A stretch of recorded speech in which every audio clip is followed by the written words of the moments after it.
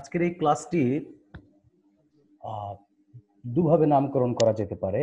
একটি হচ্ছে বিশ্ববিদ্যালয় ভর্তি পরীক্ষায় বাংলা বিষয়ের সঙ্গে পরিচিত হওয়া এবং সেই সঙ্গে সঙ্গে আমাদের কিছু নির্বাচিত বিষয় আছে লেকচার 1-এ, সেটার সঙ্গে আমরা আসলে পরিচিত হব, ভালো মন্দ জানব। তো আমরা আমাদের মূল আলোচনায় যাওয়ার আগে কিছু প্রারম্ভিক আলোচনা সেরে নিতে চাচ্ছি। এর কারণ হলো, যখন আমরা কোনো স্টেজে গান করি তখন আমরা প্রথমে বাদ্যযন্ত্রগুলি একটু টিউনিং করে নিই, তারপরে আমাদের মূল অনুষ্ঠান শুরু হয়। ঠিক তদ্রূপ আমরা আমাদের ক্লাসে যাওয়ার আগে এই আলোচনাগুলো সেরে নিতে চাচ্ছি। প্রিয় লেখক হুমায়ুন আহমেদ থেকে ধার করে যদি বলি, তাহলে এটাকে বলা হয় কিছুক্ষণ পরে গান হবে তবলার ঠুকঠাক চলছে। প্রিয় শিক্ষার্থী, বিশ্ববিদ্যালয়ে ভর্তি পরীক্ষায় এ যাবৎকালে বাংলা বিষয়ে বিভিন্ন ইউনিটে 25টি করে এমসিকিউ প্রশ্ন থাকতো। সেটা এখন ইতিহাস। সেই এমসিকিউ 25টি প্রশ্নের মধ্যে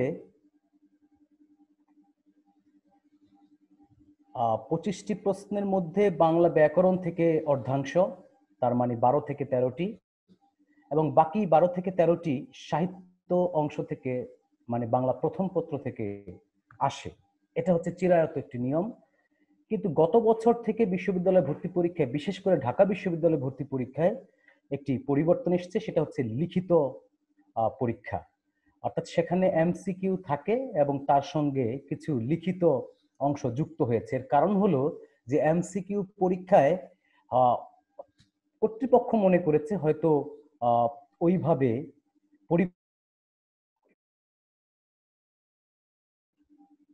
পরিপূর্ণরূপে মেধা যাচাই হয় না, ফলে লিখিত অংশ যুক্ত হয়েছে।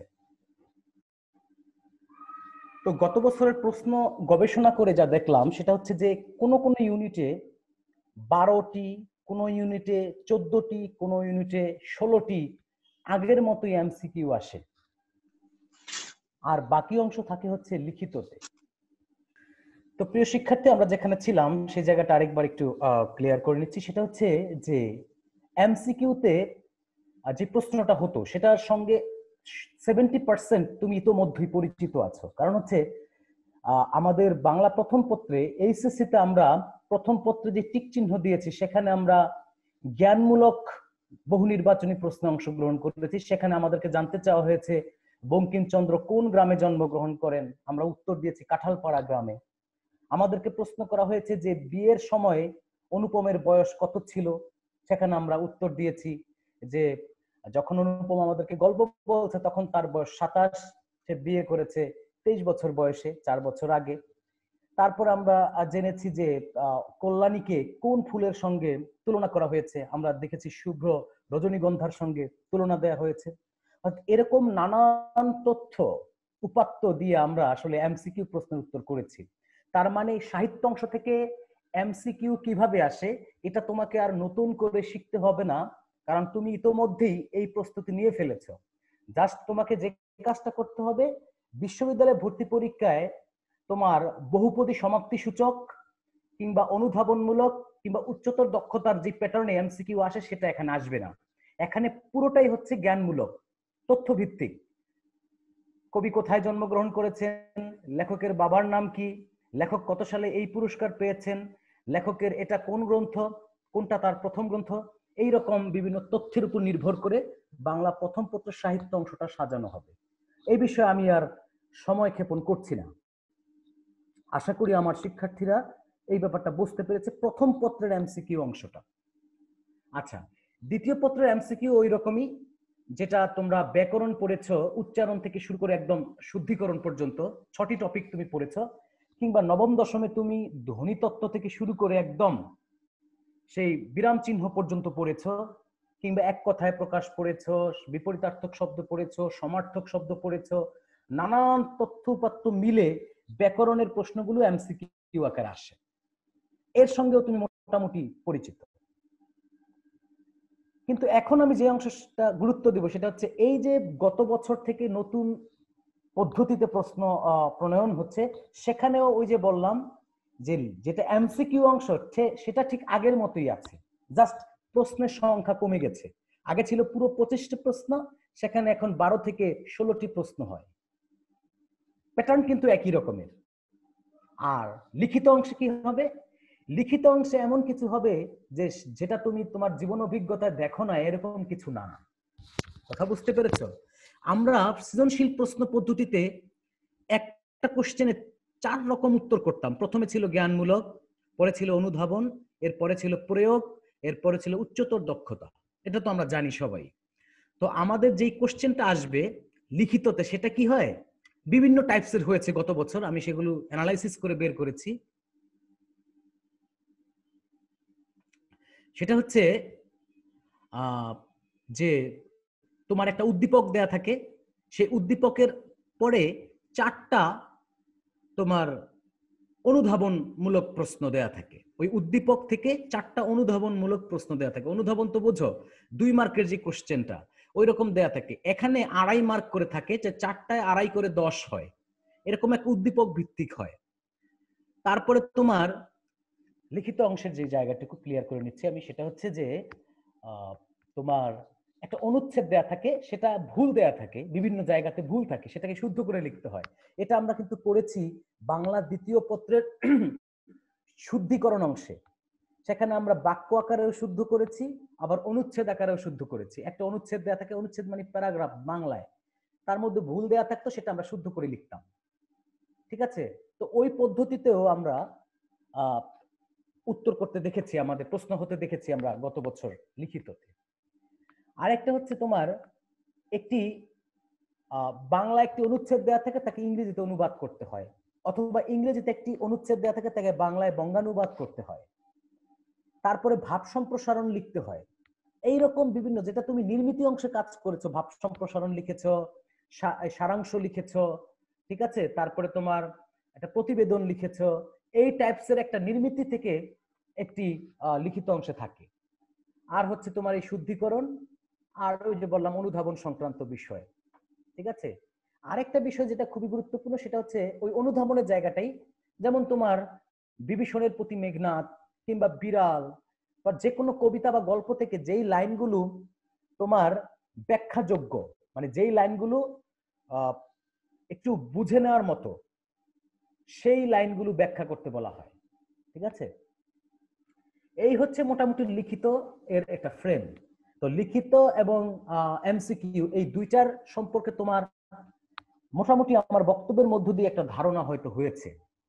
সবচাইতে ভালো হবে তুমি যদি কোনো একটা বইয়ের মাধ্যমে বা কোনো একটা এডমিশন গাইডের মাধ্যমে গত বছরের প্রশ্নের নমুনাটা একবার নিজের চোখে দেখো। এর চাইতে বড় অভিজ্ঞতা আর হবে না। তাহলে তোমাকে আমি প্রথম যে সাজেশনটা করছি, তুমি বিগত বছরের প্রশ্ন একটু পড়বে, তাহলে তুমি বুঝতে পারবে যে আগামী বছর কিরকম প্রশ্ন হবে। আমার এখানে আছে, আমি তোমাকে কয়েকটা দেখাচ্ছি, যদিও ছবিগুলো একটু এলোমেলো তোলা, কারণ হচ্ছে আমি নীলক্ষেত থেকে এগুলো তুলেছিলাম। তুমি এগুলো দেখতে পারো, আমি একটু তোমাকে দেখাচ্ছি। প্রিয় শিক্ষার্থী, আমরা তোমাকে দেখিয়ে নিচ্ছি। সেটা হচ্ছে ছবিগুলো একটু এলোমেলো আছে, আমি জাস্ট তোমাকে একটু ধারণা দেওয়ার জন্য বলছি। আশা করি তোমরা দেখতে পাচ্ছ যে এখানে একটা ছবি আছে, এই দেখতে পাচ্ছ এখানে ছবি। এটা হচ্ছে গত বছরের প্রশ্নপত্র, আমি বই থেকে ছবিটা তুলেছি। এই দেখো, ঢাকা বিশ্ববিদ্যালয় খ ইউনিট, লোক লোকান্তর কবিতা চেতনা হলো একটি পাখি, গল্পে শিশু নিয়ে চার্লস অ্যালেসিসে ঘুরে, এরকম বিভিন্ন কোশ্চেনের তুমি নমুনাগুলো দেখতে পাবে, যেটা গত বছর এসেছে। আত্মাকে চিনিলেই আত্মনির্ভরতা আসে, উদ্ধৃতি যে রচনার অন্তর্গত। ঠিক আছে? আমার পথ রচনা থেকে এসছে। তো এরকম বিভিন্ন প্রশ্নের যে ধরনগুলো আছে, সেটা সম্পর্কে তোমাকে প্রথমে জানতে হবে। এবার আসো আমাদের মূল আলোচনা, আমরা কিভাবে এগোবো সেটা। প্রিয় শিক্ষার্থী, তোমাদের এখানে অনেকেই আমাকে ইনবক্সে অনেক কথা লিখছো। তোমাদের যদি কোনো কোশ্চেন থাকে তাহলে তোমরা হ্যান্ড রাইজ করবে, আমি তাকে ফ্লোর দেব। অনেকে আমাকে টেকনিক্যাল কোশ্চেন গুলো করছে, কোন কোন বিশ্ববিদ্যালয়ে রিটেন পরীক্ষা হয় স্যার, ডিউ এর প্রশ্নের প্যাটার্ন তো চেঞ্জ করছে। হ্যাঁ, প্রশ্নের প্যাটার্ন যে চেঞ্জ করেছে সেটা নিয়ে আমি এতক্ষণ বকবক করেছি, আমাদের লাইনটা ডিসকানেক্ট হয়ে গিয়েছিল। প্রিয় শিক্ষার্থী, তাহলে আমার আমার কথা কি দাঁড়ালো, আমার যে আলোচনা আমি এখন আরম্ভ করব সে আলোচনায় যদি কোনো কোশ্চেন থাকে তাহলে তুমি মার্ক করে রাখবে, কেননা শেষে আমি তোমাকে ফ্লোর দিব, অথবা তুমি হ্যান্ড রাইজ করে আমাকে প্রশ্নটা করতে পারবে। তো প্রিয় শিক্ষার্থী, আমি আমার পরিচয় দিয়ে নিচ্ছি। আমার নাম হচ্ছে সোহেল ফরায়েজি। আমি ঢাকা বিশ্ববিদ্যালয় থেকে বাংলায় অনার্স মাস্টার্স করেছি 2013 সালে। তারপর আমি ঢাকা সিটি কলেজে বাংলার লেকচারার হিসেবে যুক্ত আছি। ই এডুকেশন প্রজেক্ট ব্যাকবন লিমিটেড কর্তৃক পরিচালিত একটি অনলাইন শিক্ষা কার্যক্রম। আমি 2012 সাল থেকে তাদের এই কার্যক্রমের সঙ্গে নিজেকে যুক্ত রেখেছি। আমি চাঁদপুরে বিভিন্ন সময়ে নানান সময়ে গিয়ে সরাসরি লাইভে গিয়ে ক্লাস নিয়ে এসেছি। এর কারণ হলো এই প্রতিষ্ঠানের যারা কর্ণধার তারা আমার সঙ্গে ব্যক্তিগতভাবে সম্পর্কিত। আমরা একই সঙ্গে বিশ্ববিদ্যালয়ে অধ্যয়ন করেছি, ফলে তাদের আমন্ত্রণে এবং আন্তরিক নিমন্ত্রণে আমি বারবার চাঁদপুরে ছুটে গিয়েছিলাম এবং সেখানকার এই ছেলে মেয়েদেরকে সরাসরি পড়িয়েছিলাম এবং তার আউটপুট আমরা পেয়েছি বিভিন্ন পাবলিক বিশ্ববিদ্যালয়ে চাঁদপুরের প্রত্যন্ত অঞ্চলের অনেক ছেলে মেয়ে এখন পড়ছে। এরই ধারাবাহিকতায় আমরা এবার যেহেতু প্যান্ডামিক কন্ডিশন চলছে সারা পৃথিবীব্যাপী, তাই অনলাইন ক্লাসে আমাকে আবারও আমন্ত্রণ জানানো হয়েছে এবং আমি আসলে এখানে হ্যাঁ তো আমরা আমার পরিচয়টা দিলাম, এখন আমরা শুরু করছি। প্রিয় শিক্ষার্থী, আমরা আজকের ক্লাসটাকে কিভাবে সাজিয়েছি সেই সম্পর্কে আগে আউটলাইন করে নিচ্ছি, আগে গুছিয়ে নেই, তারপর আমরা ক্রমান্বয়ে পড়তে আরম্ভ করি।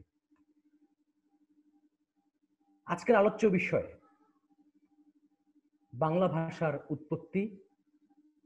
আমাদের লেকচার 1-এ অনেক টপিক আছে যেটা একটি ক্লাসে পড়িয়ে আসলে সম্ভব নয়, সবগুলো পড়াতে গেলে জগা খিচুড়ি হয়ে যাবে।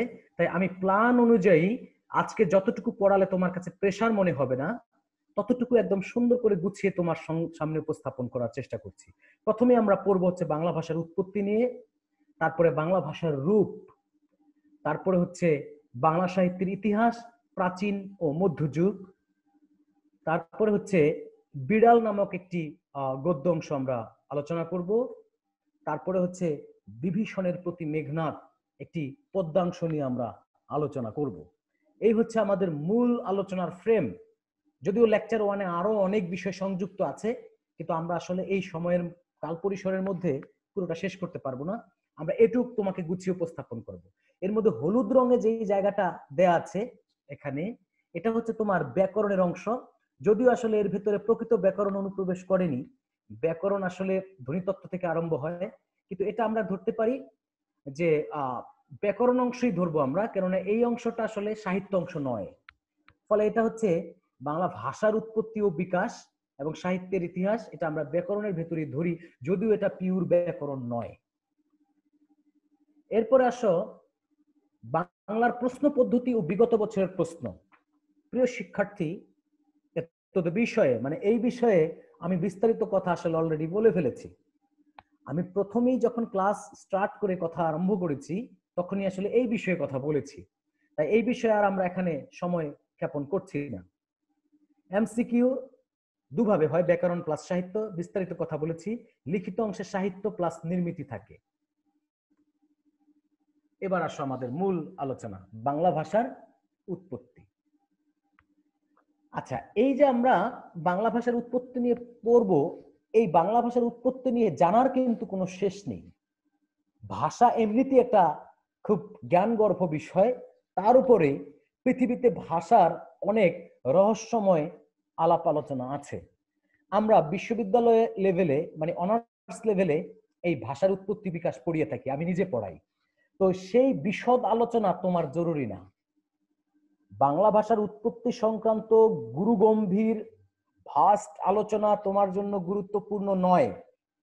তোমার জন্য জাস্ট এতটুকু গুরুত্বপূর্ণ, বাংলা ভাষা কোত্থেকে আসলো এবং সেই ইতিহাস থেকে কোন কোন তথ্যটা বিশ্ববিদ্যালয়ে ভর্তি পরীক্ষায় আসার মতো, জাস্ট ওই ইনফরমেশন গুলো আমার জানা দরকার। আমার অত বিস্তারিত টপিক ওয়াইজ আলোচনার প্রয়োজন নেই। তাহলে আমরা দেখতে পাচ্ছি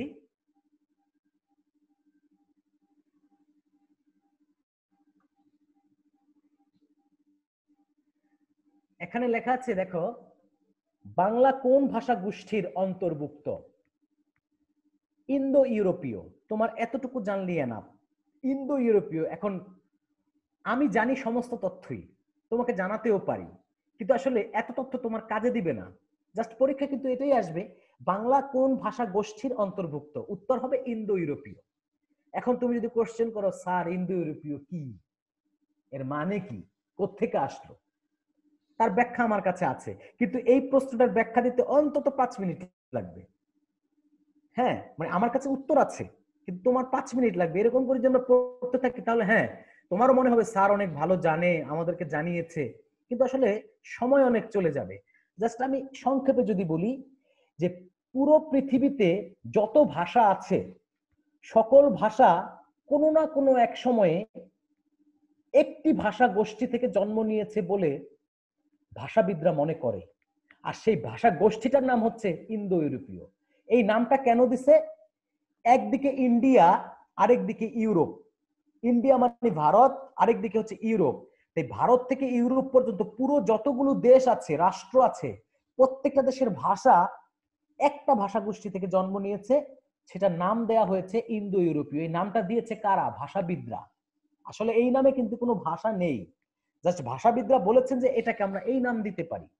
আর যেহেতু একদিকে ভারত, আরেকদিকে ইউরোপ, অনেক বড়, কিন্তু বিশ্বের মানচিত্রটার দিকে তাকাও, এই পুরো অঞ্চলে যত দেশ আছে সমস্ত ভাষার মাদার ল্যাঙ্গুয়েজ হচ্ছে ইন্দো ইউরোপীয়।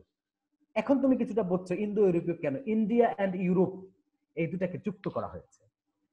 2 নম্বরে, বাংলা ভাষার জন্ম কখন? খ্রিস্টীয় 7ম শতকে। মানে খ্রিস্টীয় মানে হচ্ছে ইংরেজি সাল, তো খ্রিস্টীয় 7ম শতক মানে হচ্ছে 650 সালে। শতকটাকে আমরা এক বাড়িয়ে বলি, 650 সাল, কিন্তু শতক বললে বলতে হবে 7ম শতক। আচ্ছা, তাহলে 2020 সাল, এখন এটা কত শতক? 21 শতক। 2020 সাল কত শতক? 21 শতক। এরপরে আসো, যে তথ্যটা আমাদের আছে সেটা আমরা একটু বিশ্লেষণ করি। বাংলা ভাষা, এই যে 7ম শতকে বাংলা ভাষা উৎপত্তি লাভ করলো, এই কথা কে বলছে? এই কথা বলেছে ডক্টর মোহাম্মদ শহীদুল্লাহ। তিনি বলেছে 650 সালে গৌড়ীয় প্রাকৃত এবং গৌড়ীয় অপভ্রংশ হতে বাংলা ভাষার জন্ম। এখন দেখো, এই গৌড়ীয় প্রাকৃত কি, অপভ্রংশ কি, এর বিস্তারিত তথ্য আমি জানি, আমি এই ব্যাপারে পারঙ্গম, কিন্তু এত তথ্য তোমাকে ডিটেলস বলতে গেলে তোমরা পেঁচিয়ে যাবা। জাস্ট এটা মনে রাখো, প্রাকৃত হচ্ছে কোনো একটা নির্দিষ্ট অঞ্চলের মৌখিক ভাষা সাধারণ মানুষের। প্রাকৃত মানে কি? এই প্রাকৃত মানে প্রকৃত না, রিয়েল না। এই প্রাকৃত মানে হচ্ছে সাধারণ মানুষের ভাষা। তো তুমি তোমার চাঁদপুরে যেই ভাষাটায় কথা বলো, লোকাল ল্যাঙ্গুয়েজ, সেটা কিন্তু চাঁদপুরের প্রাকৃত ভাষা। সেইটাকে আমরা নাম দিতে পারি চাঁদপুরি প্রাকৃত। কেউ যদি নোয়াখালীতে থেকে কথা বলে, তাকে আমরা নাম দিতে পারি নোয়াখালী প্রাকৃত। তাহলে প্রাকৃত হচ্ছে কি একটা নির্দিষ্ট অঞ্চলের অঞ্চল ভিত্তিক ভাষা। তো ওই গৌড় অঞ্চলে একটা ভাষা ছিল তখনকার সময়, তাকে বলা হতো সাধারণ মানুষের প্রাকৃত ভাষা। যেহেতু গৌড়ের মানুষের ভাষা, তাই তার নাম দেওয়া হয়েছে গৌড়ীয় প্রাকৃত। ওই গৌড়ীয় প্রাকৃত থেকে একটু পাল্টে গিয়ে হয়েছে গৌড়ীয় অপভ্রংশ, সেই অপভ্রংশ থেকে জন্ম নিয়েছে বাংলা ভাষা। তাই পরীক্ষায় যদি প্রশ্ন করা হয় কোন ভাষা থেকে বাংলা ভাষার জন্ম, প্রথম উত্তর হবে প্রাকৃত ভাষা থেকে। তারপর যদি স্পেসিফিক কোশ্চেন করা হয় কোন প্রাকৃত থেকে, উত্তর হবে গৌড়ীয় প্রাকৃত থেকে। হ্যাঁ, প্রাকৃতর পরের পর্যায়টা জানো কি? অপভ্রংশ। অপভ্রংশ মানে কি? অপভ্রংশ মানে হচ্ছে, ভ্রংশ মানে কি? ভ্রংশ মানে হচ্ছে বিচ্ছিন্ন অংশ। ভ্রংশ, অপভ্রংশ, বিচ্ছিন্ন অংশ।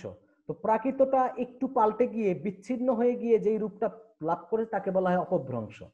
তাহলে পরীক্ষা যদি প্রশ্ন আসে কোন প্রাকৃত থেকে বাংলা ভাষার জন্ম, গৌড়ীয় প্রাকৃত। কোন অপভ্রংশ থেকে বাংলা ভাষার জন্ম, গৌড়ীয় অপভ্রংশ। এবং এই যে মত, এই মতটা কে দিয়েছেন? ডক্টর মোহাম্মদ শহীদুল্লাহ। আমি কি বুঝাতে পেরেছি প্রিয় শিক্ষার্থী? এরপরে আসো, আরেকজন বিখ্যাত ভাষা বিজ্ঞানী, তার নাম হচ্ছে সুনীতি কুমার চট্টোপাধ্যায়। তিনি আবার দ্বিমত পোষণ করেছেন শহীদুল্লাহর সঙ্গে। তিনি বলতেছেন যে সপ্তম শতকে নয়, দশম শতকে বাংলা ভাষার জন্ম, অর্থাৎ তার মতে 950 খ্রিস্টাব্দে বাংলা ভাষার জন্ম। এবং তিনি বলেছেন প্রাকৃত থেকে বাংলা ভাষার জন্ম, এটা ঠিক আছে, নিশ্চিত আমরা, কিন্তু কোন প্রাকৃত? উনি বলছেন মাগধী প্রাকৃত থেকে বাংলা ভাষার জন্ম এবং মাগধী অপভ্রংশ থেকে বাংলা ভাষার জন্ম। তাহলে দুইজন ভাষাবিদের মধ্যে একটা দ্বিমত আছে। আমরা দুটো তথ্যই জানলাম। পরীক্ষায় যদি নাম ধরে কোশ্চেন আসে তাহলে আমরা উত্তর করব এটা সুনীতি কুমার চট্টোপাধ্যায়ের মত, এটা শহীদুল্লাহর মত। আশা করি বুঝতে পেরেছ। পরের অংশে চলে যাচ্ছি আমরা। অপভ্রংশ কি তার অর্থটা এখানে দেয়া আছে, দেখো। বিশেষ ভাষা বিচ্যুত বা বিকৃত ভাব, ঠিক আছে। এরপর একটা গুরুত্বপূর্ণ তথ্য এখানে দেয়া আছে, বাংলা লিপি। লিপি মানে হচ্ছে বর্ণ। আমরা যে বাংলায় আজকে লিখছি ক খ গ ঘ ঙ, স্বরেয় স্বরেয়া, এটা তো আর একদিনে আসেনি। শত শত বছর লেগেছে বর্ণের এই আধুনিক রূপ পরিগ্রহ করতে। এক সময় মানুষ পাথরে লিখতো, এক সময় মানুষ মাটিতে লিখতো, দেয়ালে লিখতো, এরকম করতে করতে আস্তে আস্তে এসছে। তো যাই হোক, এই ব্রাহ্মী লিপিটা একটা লিপির নাম। লিপি মানে বর্ণ, ব্রাহ্মী লিপি একটি লিপির নাম। এটা কোত্থেকে এসছে? তোমরা সম্রাট অশোকের নাম শুনেছ, সম্রাট অশোক, ঠিক আছে। সেই অশোক একজন সম্রাট ছিলেন, বৌদ্ধ ছিলেন, তিনি ছিলেন বৌদ্ধ। আমরা জানি আমাদের এই অঞ্চলে একসময় বৌদ্ধদের শাসন ছিল পাল আমলে, ঠিক আছে। তো এই বৌদ্ধ শাসক ছিলেন অশোক। তিনি একটি যুদ্ধ পরিচালনা করেন, তার নাম হচ্ছে কলিঙ্গের যুদ্ধ। সেই অশোকের শিলালিপিতে, অশোক যে শিলার মধ্যে লেখালেখি করতেন, সেই শিলালিপিতে ব্রাহ্মী লিপির অস্তিত্ব পাওয়া গেছে। সেই ব্রাহ্মী লিপি থেকে বাংলা লিপির জন্ম। আমাদের এত তথ্য না জানলেও চলবে, কিন্তু এটুকু জানতেই হবে যে বাংলা লিপি কোত্থেকে এসছে। কোত্থেকে যেন এসছে? ব্রাহ্মী লিপি, মনে থাকবে, ব্রাহ্মী লিপি। প্রাণপ্রিয় শিক্ষার্থী, বিশ্ববিদ্যালয়ে ভর্তি পরীক্ষার ক্ষেত্রে তোমাকে যে একদম পড়াশোনা করে পাগল হয়ে যেতে হবে তা কিন্তু না। জাস্ট তোমার মেধা প্রখর থাকতে হবে, চোখ কান খোলা থাকতে হবে, মস্তিষ্ক পরিষ্কার পরিচ্ছন্ন থাকতে হবে, আর ভালো গাইডলাইনের আন্ডারে থাকতে হবে, এনাফ, চান্স পাওয়া যাবে। এবার আমরা নিচে চিত্রের সাহায্যে বাংলা ভাষার উৎপত্তি একটি ডায়াগ্রাম দেখাচ্ছি তোমাকে। এটা দেখে তুমি কিছুটা আন্দাজ করে নিতে পারবে। প্রিয় শিক্ষার্থী, এখানে দেখো ইন্দো ইউরোপীয় ভাষা থেকে কিভাবে বাংলা ভাষা আসলো তার একটা বড় তালিকা। এটা আমরা ভাষা বিজ্ঞানে পড়িয়ে থাকি আমাদের অনার্সের শিক্ষার্থীদেরকে। হ্যাঁ, কিন্তু তোমাদেরকে আমাদের এত কিছু পড়াতে হবে না। তোমরা জাস্ট মনে রাখো যে মূল ভাষাগোষ্ঠীর নাম কি? ইন্দো ইউরোপীয়। এর দুইটা শাখা, একটা কেন্তুম, একটা শতম। তো কেন্তুম শাখা আমাদের দরকার নেই, যে কেন্তুমটা আমাদের প্রয়োজন নেই, কেননা এটা ইউরোপের দিকে চলে গেছে। দেখো, জার্মানি, গ্রিক, তুখরীয়, পোল্টীয়, কেল্টীয়, ইতালীয়, এগুলো আমাদের দরকার নেই। শতম শাখাটা আমাদের জানতে হবে, কেননা শতম শাখা থেকে 4টা ভাগ বের হয়েছে। তার মধ্যে একটা হচ্ছে ইন্দো ইরানীয়, আরো আছে। তো এত কিছু জানার দরকার নেই, আমরা ইন্দো ইরানীয়টা একটু মনে রাখবো, কারণ এইটা আমাদের দরকার, বাকিগুলো আমাদের প্রয়োজন নেই। ইন্দো ইরানীয়র মধ্যে কেন ইন্দো ইরানীয়? একটা ইন্ডিয়ার দিকে আর একটা হচ্ছে ইরানের দিকে। তো আমরা তো ইরানেরটা আমাদের দরকার নেই, কারণ হচ্ছে ইরান তো ইরানি, আমাদের দরকার ভারতীয়। আমরা কিন্তু আসলে ভৌগোলিকভাবে ভারতীয় অঞ্চলের মানুষ, তো ভারতীয়কে আমরা নিলাম। তাহলে আমরা ইন্দো ইউরোপীয় পরে শতমকে জানলাম, শতমের পরে ইন্দো ইরানীয়কে জানলাম, ইন্দো ইরানীয়র পর ভারতীয়কে জানলাম। এবার ভারতীয়র পরে দেখো কি আছে। ভারতে আসার পরে দেখলাম যে একটা পর্যায়ে চলে এসেছে, তার নাম হচ্ছে বৈদিক সংস্কৃত। আচ্ছা, আমার আলোচনা কি কঠিন মনে হচ্ছে খুব? হ্যাঁ, আলোচনা কি কঠিন? আচ্ছা, আলোচনা কঠিন নয়, কারণ এর চেয়ে সহজ করে আর বোঝানো সম্ভবপর নয়। তো বৈদিক সংস্কৃত কি, এটুকু আমি একটু ব্যাখ্যা করি, না হলে তুমি বুঝবে না। হিন্দুদের একটি গ্রন্থ আছে বেদ, যারা হিন্দু আছো আমার এই ক্লাসে তারা হয়তো বুঝবে। এই বেদ সুপ্রাচীন কাল থেকে, প্রায় তোমার খ্রিস্টপূর্ব, মানে যিশুর জন্ম, বর্তমানে তো 2020, এই 2020 বছর আগে খ্রিস্ট জন্ম নিয়েছিল যিশু, তারও 2500 বছর আগে তোমার একটা জায়গা আছে, সেটা হচ্ছে তোমার ইউরাল পর্বত। এটা হচ্ছে তোমার রাশিয়ার ভিতরে পড়েছে, ইউরাল পর্বত, যেটা দিয়ে ইউরোপ এবং এশিয়ার মধ্যে বিভাজন করা হয়েছে। ওই ইউরাল পর্বতের পাদদেশে একটা জাতিগোষ্ঠী ছিল, যাযাবর জাতিগোষ্ঠী, তাদেরকে বলা হয় আর্য, এরিয়ান। ওই আর্যরা যাযাবর ছিল, তারা বিভিন্ন জায়গায় ঘুরে ঘুরে বেড়াতো। তারা আস্তে আস্তে আস্তে আস্তে আস্তে আস্তে একটা পর্যায়ে তারা সেই ভোলগা নদীর তীর থেকে ভারতের সিন্ধু নদীর তীরে এসে পৌঁছেছিল এবং সেই সিন্ধু নদীর তীরে তারা বসতি গড়েছিল। আগেকার দিনে মানুষ নদীর তীরে সভ্যতা গড়ে তুলত। তো ঘটনাটা সংক্ষেপে বলি, ওই যে আর্যরা এসেছে, তাদের হাতে যে ধর্মগ্রন্থটা ছিল সেটার নামই হচ্ছে বেদ। তো আমরা জানি গ্রন্থ বা বই লিখতে হলে ভাষা লাগে, ভাষা ছাড়া তো আর গ্রন্থ হয় না। প্রিয় শিক্ষার্থী, যা বলছিলাম, এই যে বেদ একটা গ্রন্থ, এটা লিখতে তো ভাষা লাগে, তাই না? সেই ভাষাটাকেই বলা হচ্ছে বৈদিক ভাষা। দেখো বুঝছো কিনা, বেদের ভাষাটাকে বলা হয় বৈদিক। বেদের ভিতরে কি ছিল? অনেক সনাতন ধর্মের অনেক শ্লোক ছিল, মন্ত্র ছিল। সেই বৈদিক ভাষাটা ক্রমে ক্রমে পাল্টে গিয়ে হয়েছে বৈদিক সংস্কৃত। সেই সংস্কৃত ভাষা সম্পর্কে আমরা কম বেশি সবাই জানি, কেননা সংস্কৃত ভাষার অনেক শব্দ আমরা এখনো ব্যবহার করি। সেই সংস্কৃত ভাষাটা পরবর্তীতে পাল্টে গিয়ে ভাষার সঙ্গে এসে যুক্ত হয়েছে। অর্থাৎ সংস্কৃত ভাষা হচ্ছে বইয়ের ভাষা, পুস্তকের ভাষা। ঠিক ওই একই সময় আবার মৌখিক ভাষা প্রচলিত ছিল। সংস্কৃত ভাষাটা বৈদিক ভাষা, পুস্তকের ভাষা, কিন্তু ওই একই সময়ে ওই অঞ্চলের মানুষ মৌখিক ভাষায় কথা বলতো, সেটা হচ্ছে প্রাকৃত ভাষা। তো ওই প্রাকৃত ভাষাটাই ক্রমে ক্রমে পাল্টে গিয়ে প্রথমে ছিল প্রাকৃত, তারপরে হয়েছে অপভ্রংশ, তারপরে হয়েছে কি, সেই অপভ্রংশ থেকে হয়েছে বাংলা। তাহলে কি পেলাম আমরা? যে গৌরীয় প্রাকৃত বা গৌরীয় অপভ্রংশ, তারপরে বাংলা একজনের মত। আরেকজনের মত হচ্ছে মাগধী প্রাকৃত, মাগধী অপভ্রংশ এবং বাংলা। এই হচ্ছে বাংলা ভাষার উৎপত্তি সংক্রান্ত ইতিবৃত্ত। কারো যদি কোনো কোশ্চেন থাকে আমাকে বলতে পারো। এখন প্রশ্ন হলো, এই যে বাংলা ভাষা আমরা পেলাম অপভ্রংশের মধ্য দিয়ে, এই যে বাংলা ভাষা কখন পেলাম, টাইমটা কখন? উত্তর হলো শহীদুল্লাহর মতে 650 সাল, সুনীতি কুমার চট্টোপাধ্যায়ের মতে 950 সাল।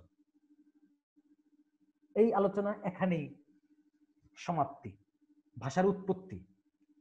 এখান থেকে প্রশ্ন কি কি আসবে তা তুমি জানার জন্য তোমাদের যে লেকচার শিট দেওয়া হবে, সেই লেকচার শিটে তুমি গিয়ে দেখবা যা ভাষার উৎপত্তি ও বিকাশে এই তথ্যগুলো দিয়ে কোশ্চেন করা আছে, তুমি সেগুলোর উত্তর এখন দিতে পারবে। আচ্ছা, এরপরে আমরা দেখি যে কি আছে আমাদের আলোচনায়। বাংলা ভাষার রূপ। আচ্ছা, বাংলা ভাষা তো আমরা পেয়ে গেলাম, কখন পেয়ে গেলাম? 650 সালে বাংলা ভাষা আমরা পেলাম। তো এই বাংলা ভাষা পেলাম, ভাষার পরে সাহিত্য পেলাম, সাহিত্যের ইতিহাস একটু পরে বলবো, কিন্তু বাংলা ভাষার কয়টা রূপ আছে এটা একটু জেনে নিই, ঠিক আছে? তোমরা একটু নড়ে চড়ে বসো, প্রিয় শিক্ষার্থী। তাহলে বাংলা ভাষার রূপ, এটা থেকে বিশ্ববিদ্যালয়ে ভর্তি পরীক্ষায় 4-5টা কোশ্চেন আসে এখান থেকে। মানে এই পর্যন্ত 4-5টা কোশ্চেন এসছে, ওগুলি ঘুরে ফিরে আসে। বাংলা ভাষার রূপ মানে আমরা জানবো বাংলা ভাষাটা কয়টা রূপ আছে। আমি আবার শেয়ার করছি, যেহেতু আমাদের এখানে একজনের দাগ দিয়েছে, তাই এই এটা সরিয়ে দেওয়া যাবে। হ্যাঁ, আশা করছি তোমরা দেখতে পাচ্ছ। তো বাংলা ভাষার রূপ, বাংলা ভাষা প্রথমত প্রধানত দুইটি রূপ, মৌখিক রূপ, লৌকিক রূপ। মৌখিক রূপ মানে হচ্ছে যেটা দিয়ে আমরা মুখে মুখে কথা বলি, এর আবার দুই ভাগ, আঞ্চলিক এবং চলিত। আর লৌকিক আবার দুই ভাগে বিভক্ত, একটি হচ্ছে সাধু আর একটি হচ্ছে চলিত ভাষা। তো মৌখিক ভাষাটা অতটা ম্যান্ডেটরি না, কিন্তু লৌকিক ভাষাটা জরুরি, কেননা লেখার ভাষাটা দুই অংশে বিভক্ত, সাধু এবং চলিত। সাধু ভাষাটা তোমার মোটামুটি আধুনিক যুগের শুরুতে, দ্যাট মিনস 1801 সাল থেকে প্রায় 1900 সাল পর্যন্ত এই ভাষাটা ছিল। 1900 সালের পরে আবার প্রমোদ চৌধুরীর নেতৃত্বে চলিত বাংলাটা প্রতিষ্ঠিত হয়ে গিয়েছে। তো এই ভাষার দুইটা রূপ আমরা জানি, একটা হচ্ছে সাধু ভাষা, আর একটা হচ্ছে চলিত ভাষা। পরীক্ষায় কোশ্চেন হবে বাংলা ভাষার কয়টি রূপ? দুটি রূপ। কি কি? সাধু রূপ এবং চলিত রূপ। এবার আসো এখান থেকে কি কি কোশ্চেন হয়। এখান থেকে প্রশ্ন হয় সাধু ভাষা এবং চলিত ভাষার বৈশিষ্ট্য থেকে কোশ্চেন হয়। সেই বৈশিষ্ট্যগুলো আমরা একটু দেখি এবং কোশ্চেন গুলো অ্যানালাইসিস করার চেষ্টা করি। প্রথমে আছে দেখো, সাধু ভাষায় কিছু সর্বনামের রূপ পূর্ণাঙ্গ, কিন্তু চলিত ভাষায় সেগুলো সংক্ষিপ্ত। আমরা জানি সাধু ভাষায় সর্বনাম, সর্বনাম তো চিনি তাই না? বিশেষ্যের পরিবর্তে যা হয় তাকেই বলা হচ্ছে সর্বনাম। যেমন যেমন তাদের, আবার তাহাদের। তাহলে তাহাদেরটা হচ্ছে তোমার সাধু, আর তাদের হচ্ছে কি? চলিত। তো এটাই বলছে যে সর্বনাম রূপটা সাধুতে পূর্ণাঙ্গ হয়, তাহাদের বড় পূর্ণাঙ্গ, আর যদি চলিত বাংলায় বলি তাহলে হয় তাদের, সংক্ষিপ্ত হয়ে গেল। এই যে এখানে উদাহরণ দিয়েছে দেখো, তদীয় এটা হয় তার। প্রথম অংশটা রেখেছি আমি সাধু রূপ, পরের অংশটা রেখেছি চলতি রূপ। আপনকার হয়ে যায় আপনার, তোমায় হয়ে যায় তোমাকে, ইহারা হয়ে যায় এরা, ইহা হয়ে যায় এটা, উহাদিগকে হয়ে যায় ওদের। ঠিক আছে? এরকম তাহাদিগকে হয়ে যায় তাদের। ক্লিয়ার? তাহলে এই হচ্ছে তোমার রূপ। তাহলে সাধু রূপটা একটু পূর্ণাঙ্গ আর চলতি রূপটা সংক্ষিপ্ত। আমার মনে হয় বুঝে ফেলেছো। পরের অংশ চলে যাচ্ছি। সাধু ভাষায় ক্রিয়াপদের রূপ পূর্ণাঙ্গ ও সুনির্দিষ্ট হয়। এই কোশ্চেনটা প্রচুর এসছে পরীক্ষায়। এইভাবে কোশ্চেন হয় যে তোমার যে সাধু ভাষায় কোন পদের পরিবর্তন সাধিত হয়। অপশনে ছিল বিশেষ্য, অব্যয়, ক্রিয়া, বিশেষণ। তো উত্তরে আমরা দিয়েছিলাম ক্রিয়াপদ। কেননা ওই যে না সর্বনাম পদের যেমন পরিবর্তন হয়, ক্রিয়াপদেরও তেমনি পরিবর্তন হয়, অন্য পদের কিন্তু কোনো পরিবর্তন নেই। সাধু এবং চলিতর ক্ষেত্রে অন্যান্য পদের কোনো চেঞ্জ নেই। অর্থাৎ সাধু ভাষায়ও অত্যন্ত মানে অত্যন্তই, চলিত ভাষায় অত্যন্ত মানে অত্যন্ত, এটাকে ছোট বড় করার কিছু নেই। এটা একটা বিশেষণ। কিন্তু পরিবর্তন করা যায় কি কাকে? সর্বনাম পদকে এবং ক্রিয়াপদকে। সেটাই বলা হচ্ছে। এখন দেখো, হইলে হলে, লাগিলেন লাগলেন, শুনিয়া শুনে, হইয়া হয়ে। আশা করি বুঝেছ। এরপরে আসো, সাধু রীতির কিছু অনুসর্গ চলিত রীতিতে সংক্ষিপ্ত ভিন্নতর রূপ। হ্যাঁ, অনুসর্গের ক্ষেত্রে পরিবর্তন আসে। অনুসর্গ আমরা জানি যেটাকে ইংরেজিতে বলা হয় প্রিপজিশন। ইংরেজিতে বলা হয় প্রিপজিশন। যেমন হইতে ফ্রম, অপেক্ষা মানে চেয়ে, দেন দেন। ঠিক আছে? অপেক্ষা মানে চেয়ে, সে আমার চেয়ে বেশি মেধাবী। এই যে চেয়ে, এটা কি বলা হচ্ছে? অনুসর্গ। অনুসর্গ আমরা ব্যাকরণিক শব্দ শ্রেণীতে পড়িয়ে থাকি এইচএসসি তে। আশা করছি তোমার সে বিষয়ে পর্যাপ্ত ধারণা আছে। এখানেও তোমার একটা পরিবর্তন আসে। প্রিয় শিক্ষার্থী, এখন এগুলো তো তথ্য, কিন্তু প্রশ্ন হবে কিভাবে? প্রশ্ন হবে ওই যে চারটা অপশন বেস থাকবে, যে সাধু ভাষায় এবং চলিত ভাষার পার্থক্য মূলত কোথায়। তখন আমরা অপশনে পাবো ক্রিয়াপদ ও সর্বনাম পদে।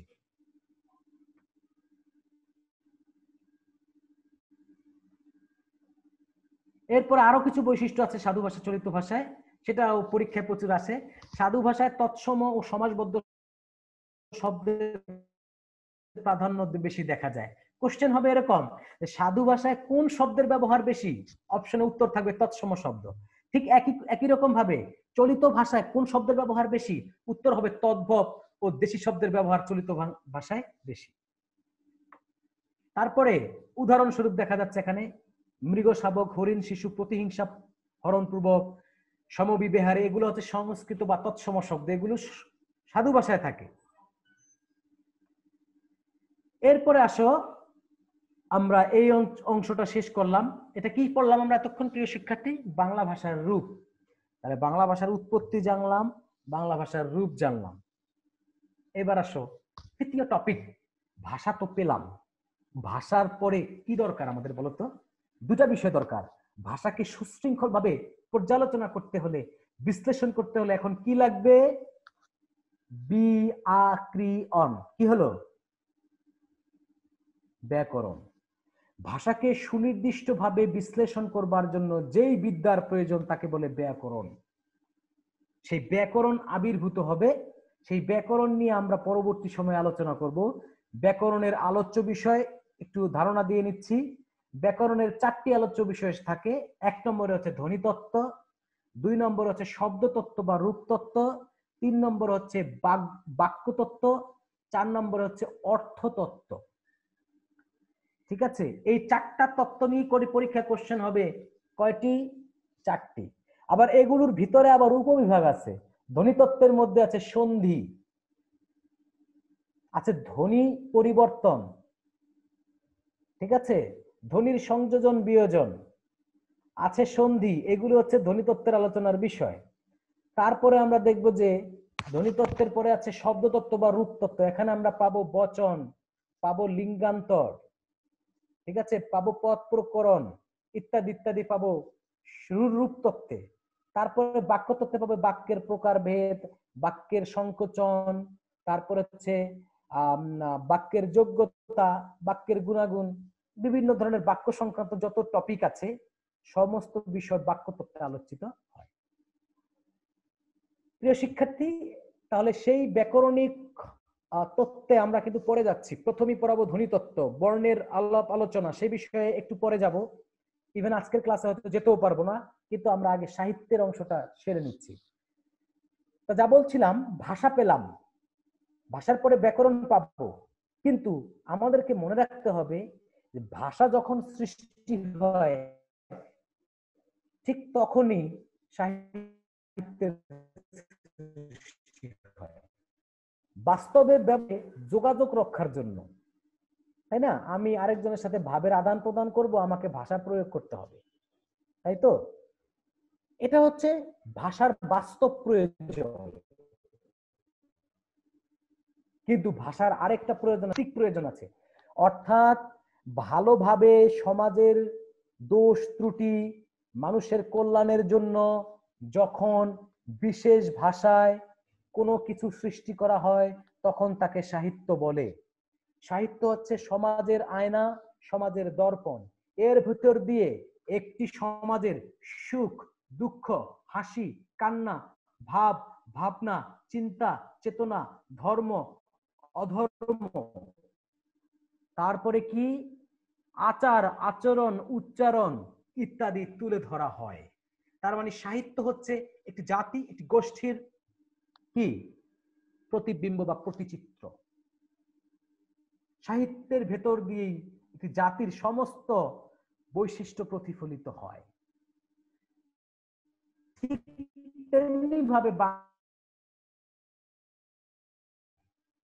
তো বাংলা সাহিত্য কত সালে সৃষ্টি হয়? 650 সালে। তাহলে বাংলা সাহিত্য কত সালে সূচিত হয়? 650 সালে। আর আজকে কত সাল? 2020 সাল। তাহলে 650 থেকে আরম্ভ 2020-এ এখন পর্যন্ত, আজকে পর্যন্ত শেষ সময়, এই পুরো সময়টা হচ্ছে বাংলা সাহিত্যের সময়। প্রিয় শিক্ষার্থী, স্লাইড চেঞ্জ হয়নি বলতে আমি চেঞ্জ করিনি প্রিয় শিক্ষার্থী, আমি একটু পরে চেঞ্জ করছি, আমি কথাগুলো সেরে নিলাম। তো বাংলা সাহিত্যের ইতিহাসে যাব তার আগে আমি আমার কথাগুলো বলে নিচ্ছি। তো সাহিত্য নিয়ে কথা বলছি যে 2020 সাল আর 650 সাল, এই সময়টা কি কম না বেশি? অবশ্যই বেশি। 650 সালের বাংলা আর 2020-এর বাংলা কি এক? না, এক না। 600 বালিত্র বাটরুন্ধেলা তা দেখি কানহ বিমনা ভইলা কানহ কহি গই করিব নিয়াস জো যোগী মনগ ওর সো আস। এটা হচ্ছে 650-এর বাংলা। আর 2020-এর বাংলা হচ্ছে আমি তোমার সঙ্গে যেই ভাষাটা প্রয়োগ করছি। তাহলে এই যে পুরো বড় সময়টা, এই সময়টা বাংলা সাহিত্যে অনেক কিছু ঘটে গেছে। 650-এ আমরা চর্যাপদ পাবো বাংলা সাহিত্যের প্রথম নিদর্শন, আর 2020 সালে আজকে যদি কেউ কবিতা লেখে সেটাও সাহিত্যের অংশ। তাই এই পুরো সময়টাকে বাংলা সাহিত্যের যুগ বলা হয়। এই যুগকে আমরা 3টা ভাগে ভাগ করে নিয়েছি আলোচনার সুবিধার্থে। একটা হচ্ছে প্রাচীন যুগ, একটি হচ্ছে মধ্যযুগ, আর একটি হচ্ছে আধুনিক যুগ। আমরা এখানে তোমাকে নিয়ে যাচ্ছি। তাহলে বাংলা সাহিত্যের এই দীর্ঘ কাল পরিসরকে কয়টা ভাগে ভাগ করা হয়েছে? 3টা ভাগে, প্রাচীন যুগ, মধ্যযুগ, আধুনিক যুগ।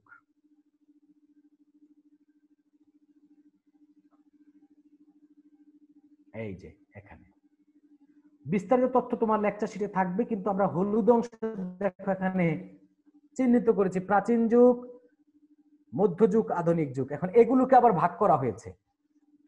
প্রাচীন যুগ হচ্ছে 650 থেকে 1200, মধ্যযুগ হচ্ছে 1201 থেকে 1800, আধুনিক যুগ হচ্ছে 1801 থেকে আজকে পর্যন্ত, বর্তমান কাল পর্যন্ত। তাহলে এগুলো যদি দিয়ে প্রশ্ন হয় তাহলে তুমি পারবে না। যদি বলা হয় প্রাচীন যুগের সময়সীমা কত, যদি বলে যে মধ্যযুগ কখন থেকে আরম্ভ হয়েছে, যদি বলা হয় আধুনিক যুগের সূত্রপাত কখন থেকে, পারবে তো? গুড। এরপরে আসো, আরো কিছু যুগ আছে। মূলত বেসিক যুগ কিন্তু 3টা, কিন্তু আরো কিছু টাইমিং আছে এর মাঝখানে মাঝখানে, সেগুলোর কিছু নাম আছে।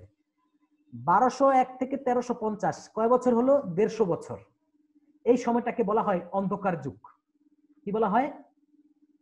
অন্ধকার যুগ। এখানে আমি নীল রঙে চিহ্নিত করেছি, দেখো যে জায়গাটা এটা। হ্যাঁ, তারপরে তোমরা তো প্রশ্ন করতে পারো স্যার প্রাচীন যুগ, মধ্যযুগ, আধুনিক যুগ আছে, আরেকটা যুগ কেন? এই যুগ আর ওই যুগ এক না, এই যুগ হচ্ছে একটা বিশেষ যুগ। যেমন রবীন্দ্রনাথ প্রথম সাহিত্য লিখেছেন 1800 তোমার 80 সালে, আবার তিনি মারা গিয়েছেন 1941 সালে। তাহলে এই যুগটাকে আমরা কি যুগ বলতে পারি? রবীন্দ্র যুগ। কিন্তু রবীন্দ্র যুগ তো আসলে আধুনিক যুগের মধ্যে পড়ে গেছে। কিন্তু রবীন্দ্রনাথের জন্ম মৃত্যু নিয়ে যদি আমি হিসাব করি, সাহিত্যে তার আবির্ভাব নিয়ে, তাহলে এটাকে আলাদা একটা নাম দিতে পারি না? রবীন্দ্র যুগ। আবার নাম দিতে পারি হুমায়ুন যুগ, মানে হুমায়ুনের সাহিত্য আমলকে। ঠিক ওই রকম 150 বছরের একটা সময় ছিল যেই সময়ে তেমন ভালো কোনো সাহিত্য রচিত হয়নি, তাই ওই সময়টাকে বলা হয় অন্ধকারাচ্ছন্ন যুগ, অন্ধকার যুগ। ভালো কিছু লেখা হয়নি।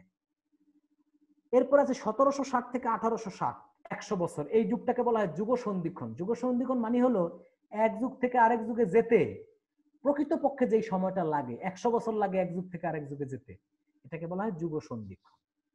এটা নিয়ে কোশ্চেন হবে পরীক্ষায়, এই নিয়ে কোশ্চেন হয়। যুগ সন্ধিক্ষণ, অন্ধকার যুগ, অন্ধকার যুগের সময়সীমা। ক্লিয়ার?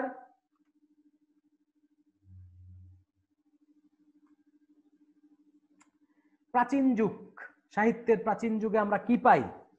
চর্যাপদ পাই। চর্যাপদ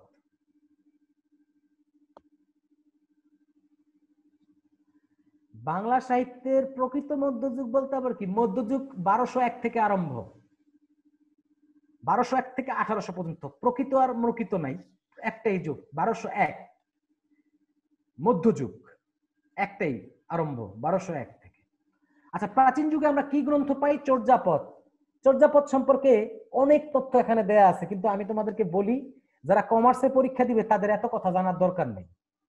যারা খ ইউনিটে পরীক্ষা দিবে আর্টসের থেকে, এবং যারা ডি ইউনিটে পরীক্ষা দিবে তাদের একটু জানতে হবে। তাহলে আমি যেই তথ্যগুলো বলবো কমার্সের জন্য কি কি জানার দরকার তা আমি একদমই বলে দিচ্ছি। বাংলা সাহিত্যের প্রথম নিদর্শন চর্যাপদ। এটি বাংলা সাহিত্যের আদি গ্রন্থ। এটি, এর ভেতরে 51টি পদ আছে, কিন্তু 50টি পদ আবিষ্কার করা গিয়েছে। অনেক অনেক জায়গায় লেখা আছে যে এই গ্রন্থ থেকে 46টি পদ খুঁজে পাওয়া গেছে, বাকি পদগুলো পাওয়া যায়নি। এই পদ মানে হচ্ছে কবিতা। চর্যাপদ একটি সংকলিত গ্রন্থ, এর ভিতরে প্রায় 51টি কবিতা ছিল। 51টি কবিতা একজনের না, প্রায় 24 জন কবির 51। আচ্ছা, অনেকেই হ্যান্ড রাইজ করছে, আমি এক কাজ করি, তোমাদের একটু ফ্লোর দেই। হ্যাঁ, যেহেতু অনেকেই হ্যান্ড রাইজ করছে, তোমাদেরকে একটু ফ্লোর দেই। একদম অনেকক্ষণ যাবত কথা বলছি তো। আচ্ছা, কেউ অবাঞ্ছিত কথা বলবে না। তোমাদেরকে আমি অপশন খুলে দিচ্ছি, তুমি চাইলে নিজেকে আনমিউট করে প্রশ্ন করতে পারো, এক এক করে, হজবরল করবে না। হ্যালো, নমস্কার স্যার। শিক্ষা কোশ্চেন। নমস্কার।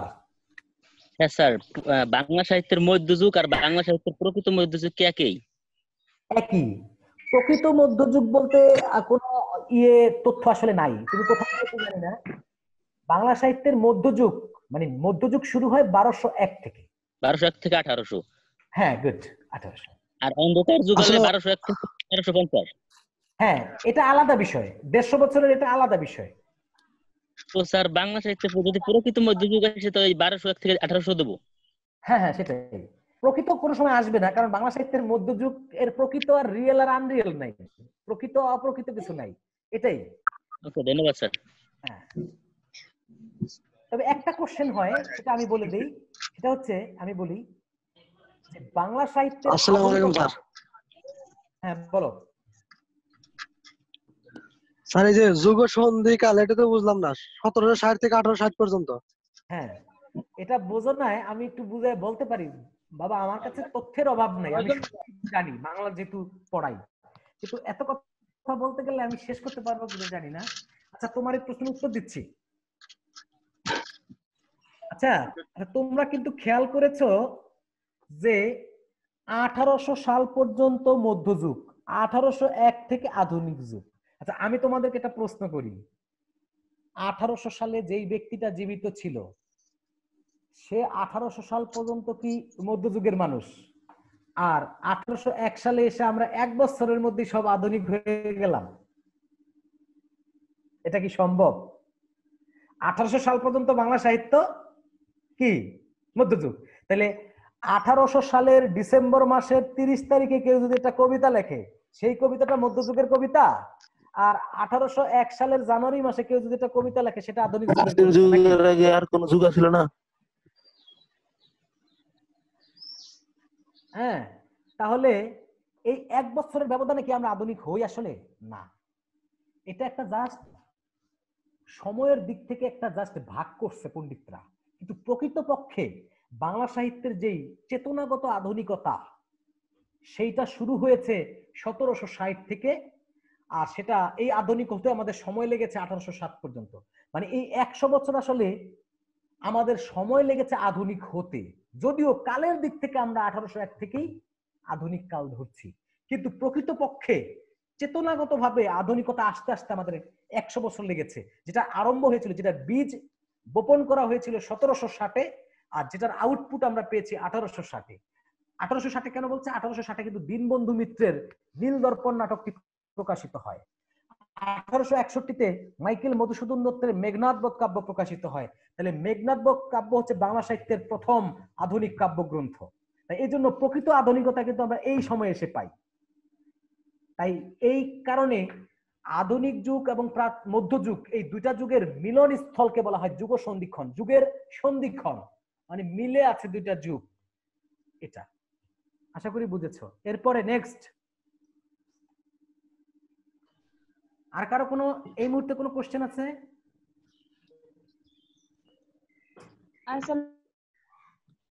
ওয়ালাইকুম আসসালাম। ওয়ালাইকুম স্যার। ওয়ালাইকুম আসসালাম। আচ্ছা স্যার, ওই যে বাংলা ভাষার উৎপত্তি, এটা যদি কার মতে কত সাল, ওটা যদি না থাকে তাহলে আমরা কত সাল দেবো? তাহলে তোমরা যদি না থাকে, কারো মত না থাকলে ঢাকা বিশ্ববিদ্যালয়ের ভর্তি পরীক্ষায় তোমাদেরকে শহীদুল্লাহর মতটা দিতে হবে। কারণ হলো ঢাকা বিশ্ববিদ্যালয় শহীদুল্লাহকে প্রিফার করে বেশি। তাহলে তুমি সপ্তম শতক দিবে, গৌরীয় প্রাকৃত দিবে, গৌরীয় অপভ্রংশ দিবে, শহীদুল্লাহর মতটাই দিবে যদি কারো নাম না থাকে। ভালো প্রশ্ন করেছো। আর কারো কোনো কোশ্চেন? আসসালামু আলাইকুম স্যার। ওয়ালাইকুম হ্যালো আসসালাম। স্যার। হ্যাঁ হ্যাঁ স্যার স্যার মাঝে মাঝে নমস্কার দেখা স্যার। হ্যাঁ হ্যাঁ, প্রশ্নটা করো। স্যার সাধু ভাষা আর চলতি ভাষার মধ্যে বেসিক পার্থক্য কি স্যার? বেসিক পার্থক্য আমরা বলে ফেলেছি। বেসিক পার্থক্য হচ্ছে সর্বনাম এবং ক্রিয়াপদে। সাধু ভাষাতে সর্বনাম পদটা, ক্রিয়াপদটা একটু দীর্ঘ হয়, আর চলতি বাংলায় একটু সংক্ষিপ্ত হয়। এই হচ্ছে বেসিক পার্থক্য।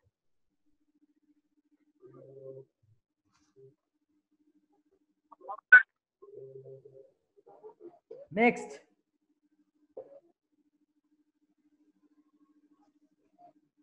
আর কারো কোনো কোশ্চেন? আসসালামু আলাইকুম। ওয়ালাইকুম আসসালাম। জি স্যার, প্রশ্ন হচ্ছে ইন্দো ইউরোপীয় থেকে এসেছে, এরকম একটা যদি প্রশ্ন আসে যে মাগধী প্রকৃত গৌরী অপভ্রংশ, তাহলে কোনটা রাইট অ্যান্সার হবে, মানে কোনটা দেবো?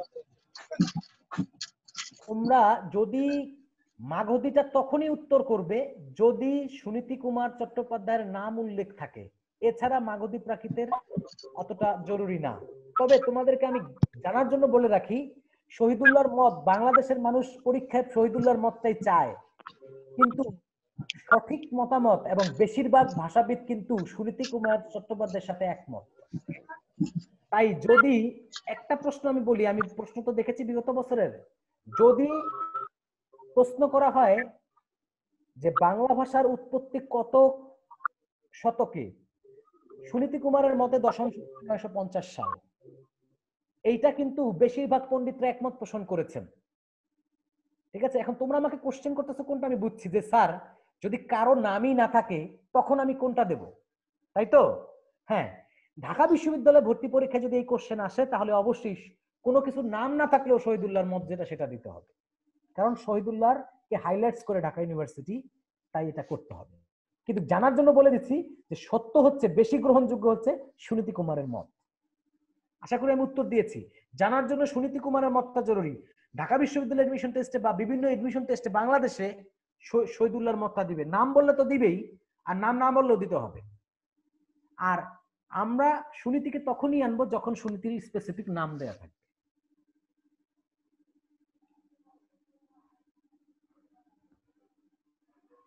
আচ্ছা, গুড। একজন আমাকে পরামর্শ দিয়েছে, স্যার আপনি আপনার ক্লাসে ফিরে যান, তো আমি সেই হুকুম শিরদার করছি। তাহলে আমি প্রশ্ন পর্ব উত্তর পর্ব শেষ করলাম, কারণ হচ্ছে তোমরা প্রচুর পরিমাণে ইনবক্সে টেক্সট করছো, যার কারণে আমি এই অপশনটা খুললাম। হ্যাঁ, আর এখন আমি আমার আলোচনায় যাচ্ছি। আমাকে আবার একজন একটু পরামর্শ দিল, সাজেশন দিল, তার সাজেশন মানতে তো হবে। হ্যাঁ, চর্যাপদ নিয়ে কথা বলছি। চর্যাপদ হচ্ছে বাংলা সাহিত্যের আদি নিদর্শন। এর অনেক ইতিহাস আছে, আমি অনেক কথাই বলতে পারি, কিন্তু এত কথা তোমার জেনে লাভ নেই, এত কথা জেনে কোনো লাভ নেই। পরীক্ষায় এগুলো নিয়ে অত কোশ্চেন হয় না। কি দরকার? চর্যাপদ বাংলা সাহিত্যের আদি গ্রন্থ। এর ভিতরে 51টি পদ ছিল, 46টি পদ আবিষ্কৃত হয়েছে। এটি নেপালের রাজদরবার থেকে আবিষ্কৃত হয়। এটি রচিত হয়েছে পাল আমলে 650 সাল থেকে শুরু করে ত্রয়োদশ শতক পর্যন্ত, এই সময়ের মধ্যে। কিন্তু এটা আমরা হাতে পেয়েছি কখন? 1907 সালে। 1907 সালে বিখ্যাত পণ্ডিত হরপ্রসাদ শাস্ত্রী এটি নেপালের রাজদরবার থেকে আবিষ্কার করেন। আবিষ্কার মানে হচ্ছে যা পূর্বে ছিল কিন্তু তার সন্ধান আমরা জানতাম না, কোন এক বিখ্যাত পণ্ডিত লোক সেটাকে খুঁজে বের করেছেন, এটাকে বলা হয় আবিষ্কার। তাহলে যে চর্যাপদ গ্রন্থটি আবিষ্কার করেছেন, দ্যাট মিন্স খুঁজে বের করেছেন, তার নাম কি? হরপ্রসাদ শাস্ত্রী। তিনি একজন বিখ্যাত বাংলা ভাষা পণ্ডিত। ঠিক আছে, তারপরে এ পর্যন্ত আবিষ্কৃত পদ, মানে ওই যে গ্রন্থটা আমরা পেয়েছি সেটাতে 51টি পদ ছিল, কিন্তু পাওয়া গেছে 46টি। অনেকে প্রশ্ন করে, স্যার 51টি পদ আছে, 46টি পদ পাওয়া গেছে, বাকি যে আমরা 5টা পাই না, এটা জানলাম কিভাবে? এই কোশ্চেনটা অনেকে করে। সেই উত্তর আছে, জানার দরকার নাই, অনেক সময় লাগবে, পরে আসো।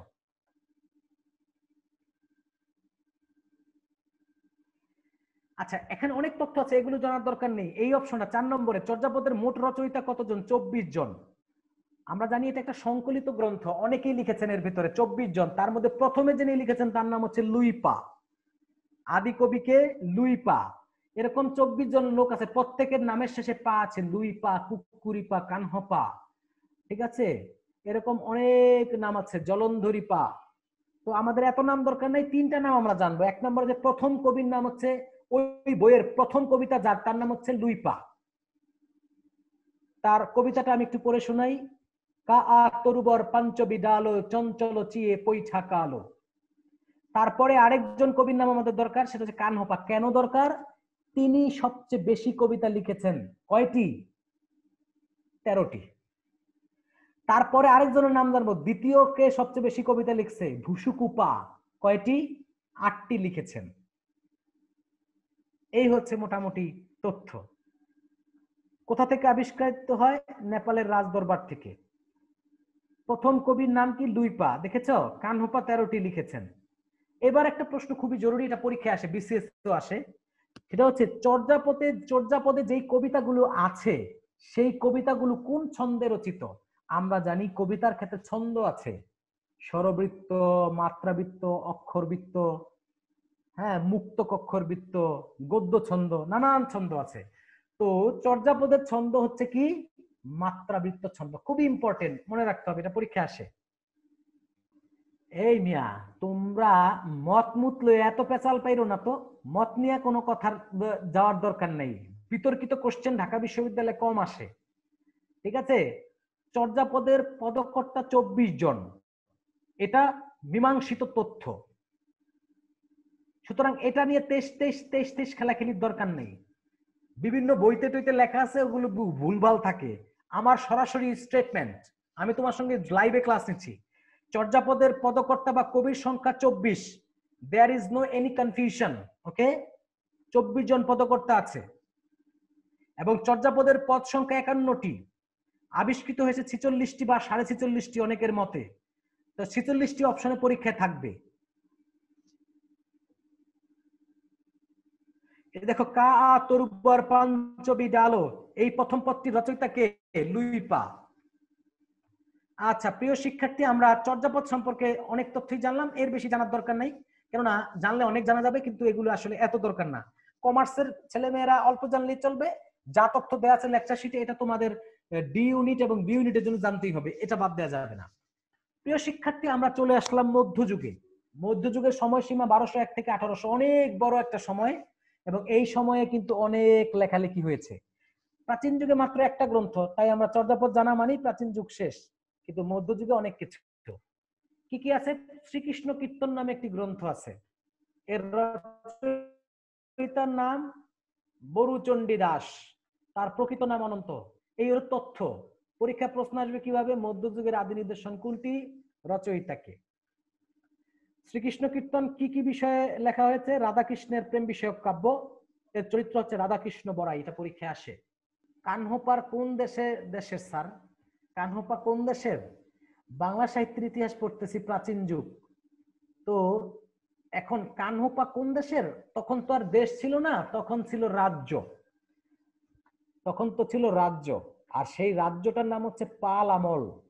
ধর্মপাল, রামপাল, ঠিক আছে, গোপাল, সেই পালদের আমলের বৌদ্ধ ধর্মের অনুসারী ছিলেন কানহোপা। তো বর্তমানে যদি আমরা দেশ বিচার করি, তাহলে হয়তো তিনি ভারতবর্ষের কোনো একটা জায়গায় পড়েছেন, হয়তো বিহারে পড়তে পারেন, উড়িষ্যায় পড়তে পারেন, ঠিক আছে, বিভিন্ন জায়গায় পড়তে পারেন। আরেকজন পণ্ডিত আমাকে কোশ্চেন করেছে যে এটা তো নিশ্চিত না। রবিউল ইসলাম, কি নিশ্চিত না বাবা? তোমার কোশ্চেন তো আমি বুঝি নাই, এইটা তো নিশ্চিত না। লুইপা কোন দেশের? এই বেটা, তোদের লুইপা কোন দেশের এটা জানার দরকার আছে। লুইপা বাংলা সাহিত্যের আদি নিদর্শনে আমরা তার নাম পাই, এই প্রশ্নের উত্তর দেওয়া যাবে, এগুলো পরীক্ষা আসবে না লুইপা কোন দেশের। তবে ভুসুকুপা নিয়ে একটা কোশ্চেন হয় যে এদের মধ্যে কে বাঙালি ছিলেন? উত্তর হচ্ছে ভুসুকুপা, আর বাকি কেউ বাঙালি ছিলেন না, ঠিক আছে। আর চর্যাপদের ভাষা একদম পুরোপুরি আজকের বাংলা ভাষা না, এটা বাংলা ভাষার আদি রূপ। এই চর্যাপদের ভাষা থেকে বাংলা হয়েছে, মৈথিলি হয়েছে, হিন্দি হয়েছে, তারপর আবার তোমার নেপালের ভাষা, যেই ভাষা, তারাও বলে যে আমাদের ভাষা চর্যাপদ থেকে এসছে। সবাই দাবি করছে চর্যাপদ থেকে এসছে, বাঙালি পণ্ডিতরা দাবি করেছে আমাদের ভাষা চর্যাপদ থেকে এসছে। এখন দেখো, এই ধরনের তাত্ত্বিক বিষয় তোমাদের জানার দরকার নেই, তোমাদেরকে যতটুকু ফ্রেম দিচ্ছি অতটুকুর মধ্যেই থাকো। সমস্যা, খুবই সমস্যা।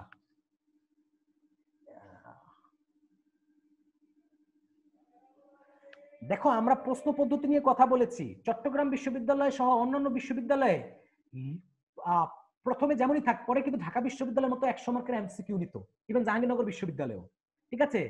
হ্যাঁ, তো মোটামুটি ধরে নেওয়া যায় যে এমসিকিউ পদ্ধতিতে ছিল। এখন গত বছর থেকে ঢাকা বিশ্ববিদ্যালয় লিখিত পরীক্ষা প্রশ্ন তৈরি করেছে, তো লিখিত হলেও তোমার ওই এমসিকিউর মতনই এক অপশনে লিখিত হবে।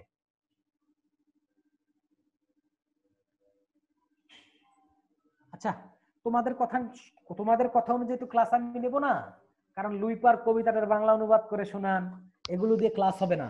প্রিয় শিক্ষার্থী, আমরা ছিলাম মধ্যযুগ নিয়ে কথা বলছি।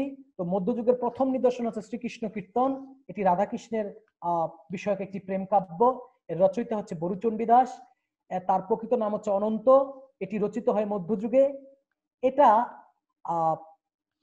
আবিষ্কার করা হয় 1909 সালে। যিনি আবিষ্কার করেন তার নাম হচ্ছেন বসন্ত রঞ্জন রায়। আচ্ছা, এরপরে আসলে বলছি আমরা বৈষ্ণব পদাবলী নামে একটা বিষয় ছিল মধ্যযুগে, যেটাকে আমরা বলি কীর্তন। হিন্দুদের যে কীর্তন গাওয়া হয় রাধাকৃষ্ণকে নিয়ে, সেটা হচ্ছে বৈষ্ণব পদ। এই বৈষ্ণব পদের ভেতরেও রাধাকৃষ্ণের প্রেমের কথা আছে। হ্যাঁ, এগুলো বাংলা, মৈথিলি, ব্রজবুলি ভাষায় রচিত হয়েছে। কখন? মধ্যযুগে। মধ্যযুগে ওই বৈষ্ণব পদাবলী লিখেছেন একজন বিখ্যাত কবি, তার নাম বিদ্যাপতি। পরীক্ষা প্রশ্ন হবে বিদ্যাপতিকে কি বলা হয়? উত্তর হবে মৈথিলি কোকিল। হলুদ রঙের জায়গাগুলো উত্তর। বিদ্যাপতির উপাধি কি? কবি কণ্ঠহার। হ্যাঁ, আমি যেটুকু দরকার সেটুকুই আমার স্লাইডে এনেছি। কথা বুঝেছো? সুতরাং তোমাদের এই অযাচিত কোশ্চেন করে কোনো লাভ নাই। আর যদি তোমার সরাসরি ক্লাসরুমে থাকতাম তাহলে হয়তো ভিন্ন বিষয় ছিল। এখানে আমাকে বাড়তি কথা বলার সুযোগ নেই। এরপরে আমরা চলে এসেছি মধ্যযুগের আরো কিছু বিষয় আছে। প্রথমে আমরা পড়লাম বৈষ্ণব কাব্য পদাবলী নিয়ে কথা বললাম, শ্রীকৃষ্ণ কীর্তন কাব্য নিয়ে কথা বলছি। মধ্যযুগে আরো কি কি আছে? আছে মঙ্গল কাব্য। মঙ্গল কাব্য এক ধরনের কাব্য। তো কয় ধরনের মঙ্গল কাব্য হয়? 3 ধরনের। পরীক্ষা এটাই কোশ্চেন হবে, কয় ধরনের হয়? 3 ধরনের। মনসা মঙ্গল, চণ্ডী মঙ্গল, অন্নদা মঙ্গল। ক্লিয়ার? এরপরে মনসা মঙ্গল কাব্য কি? সাপের কাহিনী নিয়ে লেখা। নিয়ে মনসা মঙ্গল কাব্য লেখা হয়েছে। এই মনসা মঙ্গল কাব্য নিয়ে একজন না, অনেকেই লিখেছেন। প্রথমে যে লিখেছেন তার নাম হচ্ছে কানা হরিদত্ত। তাহলে পরীক্ষায় কোশ্চেন হবে মনসা মঙ্গল কাব্যের আদি কবি কে, মানে প্রথম কবি কে? কানা হরিদত্ত। তারপরে মনসা মঙ্গল কাব্যের শ্রেষ্ঠ কবি কে? উত্তর হবে নারায়ণ দেব। এরপর আছে চণ্ডী মঙ্গল কাব্যের আদি কবি কে? উত্তর হবে মানিক দত্ত। চণ্ডী মঙ্গল কাব্যের আরেকজন ধর্মমঙ্গল কাব্যের আদি কবি কে? ময়ূর ভট্ট। এরা সবাই মধ্যযুগের মঙ্গল কাব্যের কবি। এরপরে কালিকা মঙ্গল আছে। এত কিছু লাগবে না কালিকা মঙ্গল। তবে চণ্ডী মঙ্গলের সার্থক কবিকে মুকুন্দরাম চক্রবর্তী, এই নামটা জানতে হবে। আর অন্নদা মঙ্গল নামে একটি কাব্যগ্রন্থ আছে, অন্নদা মঙ্গল। এটি লিখেছেন ভারতচন্দ্র রায় গুণাকর। এই যে দেখো, মধ্যযুগের অন্যতম শ্রেষ্ঠ কবিকে, তার রচিত গ্রন্থের নাম ভারতচন্দ্র রায়। তার বিখ্যাত কাব্য হচ্ছে অন্নদা মঙ্গল। অন্নদা মঙ্গল ও সত্যপীরের পাঁচালী কার রচনা? ভারতচন্দ্র রায় গুণাকর। তার নাম হচ্ছে ভারতচন্দ্র, তার উপাধি হচ্ছে গুণাকর। তিনি মৃত্যুবরণ করেন কত সালে? 1760 সালে। প্রিয় শিক্ষার্থী, এই জায়গাটা একটু মনে রাখো। এই 1760 সালে ভারতচন্দ্র রায় গুণাকরের মরার মধ্য দিয়ে মধ্যযুগের সমাপ্তি হয়। তারপর থেকে আসলে আধুনিক যুগের সূত্রপাত। এবং মাইকেলের এই 1861 সালের মেঘনাদ কাব্য দিয়ে আধুনিক যুগের সূত্রপাত। এই 100 বছর সময়কে বলা হয় যুগ সন্ধিক্ষণ।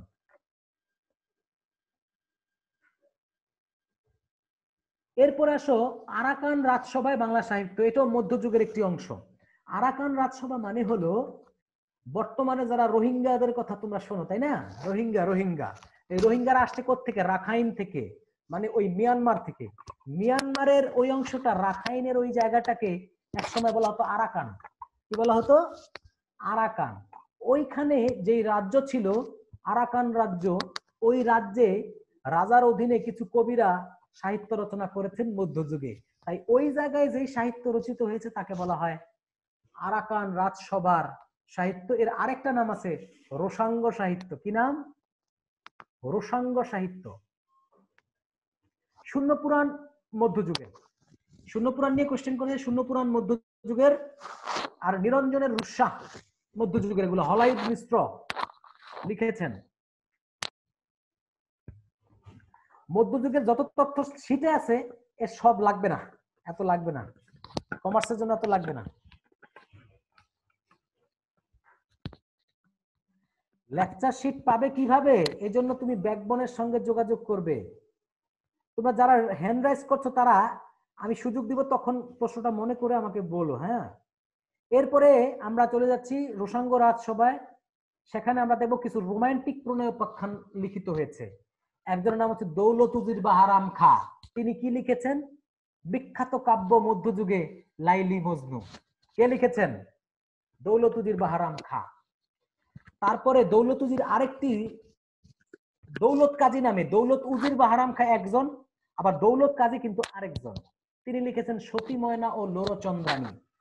বিখ্যাত কবি মধ্যযুগের আলাওল, তিনি লিখেছেন কি কি? তার বিখ্যাত কাব্যগ্রন্থের নাম হচ্ছে পদ্মাবতী।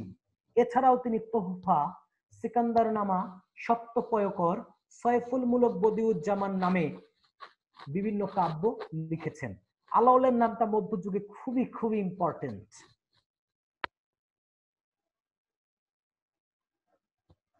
এরপরে আসো রোমান্টিক প্রণোপাখ্যান, মানে প্রেম বিষয়ক কাহিনী, যেগুলোকে রোমান্টিক প্রণোপাখ্যান বলে। অলরেডি আমরা বলে ফেলেছি, যেমন লাইলি মজনু, পদ্মাবতী, গুলে বোকাওয়ালি, ইউসুফ জুলেখা।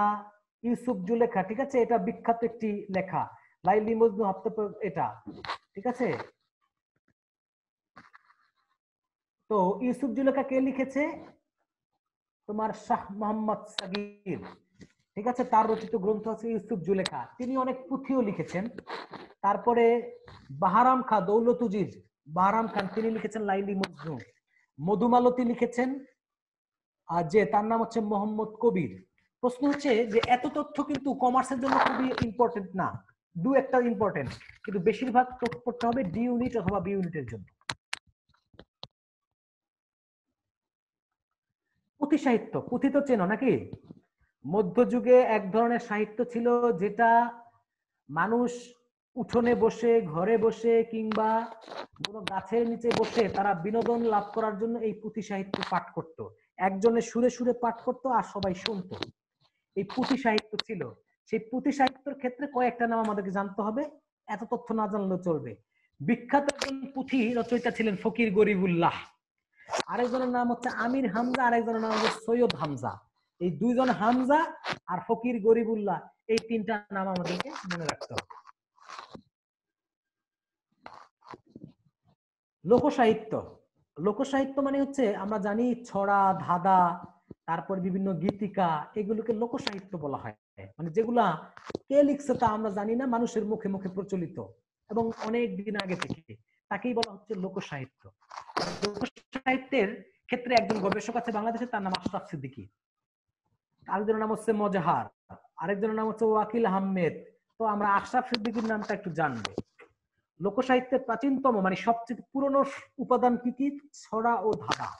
ছড়া তো জানো, ঠিক আছে, বুলবুলিতে ধান খেয়েছে খাজনা দিব কিসে, খোকন খোকন ডাক পারি খোকন মোদের কার বাড়ি, পড়েছো না? এগুলো ছড়া। তারপরে আখ্যানমূলক কাহিনী, কাহিনী আখ্যান মানে কাহিনী থাকবে, কাহিনী বলে বলে যেটা বলা হয় সেটাকে বলা আখ্যানমূলক কাব্য। যেমন গীতিকা, কুতুস বয়াতি যেমন ময়মনসিংহ অঞ্চলের ময়মনসিংহ গীতিকা আমাদেরকে পাঠ করে শোনান, সেগুলো। এই গীতিকার আবার অনেক ভাগ আছে, তাহলে গীতিকা এগুলো মধ্যযুগের সাহিত্য নিদর্শন। ময়মনসিংহ গীতিকার মধ্যে কিছু পালা আছে, সেগুলোর নাম পরীক্ষা আসে, এটা আসে কিন্তু। মহুয়া পালা, চন্দ্রাবতী, কাজল রেখা, দেওয়ান মদিনা। দেওয়ান মদিনার লেখককে মনসুর বয়াতি, কিন্তু এই ঘটনা সে কোথায় পেল? মনসুর বয়াতি লোকসাহিত্যের উপাদান, তিনি তার পূর্বপুরুষদের কাছে শুনেছেন, ওই শোনা কাহিনীটা তিনি লিখিত রূপ দিয়েছেন। খুবই ইম্পর্টেন্ট একটা তথ্য 7 নম্বরে আছে। 1923 সালে ময়মনসিংহ গীতিকা প্রকাশিত হয় বই আকারে। আর ময়মনসিংহ গীতিকা সংগ্রহ করেন কে? এটাও খুব ইম্পর্টেন্ট, পরীক্ষা আসার মতো, চন্দ্রকুমার দে। প্রিয় শিক্ষার্থী, আমরা এতক্ষণ অবধি মধ্যযুগ পর্যন্ত শেষ করলাম। বাকি রইল কি আধুনিক যুগ। আধুনিক যুগ আসলে আমি পড়াতে চাচ্ছি না, কেননা আধুনিক যুগে পড়ানোর কথাটা আমি 4 মিনিটে মুখে বলতে চাচ্ছি। আধুনিক যুগ শুরু হয় 1801 সাল থেকে, কারণ 1801 সালে ফোর্ট উইলিয়াম কলেজে বাংলা বিভাগ চালু করা হয় কলকাতায়।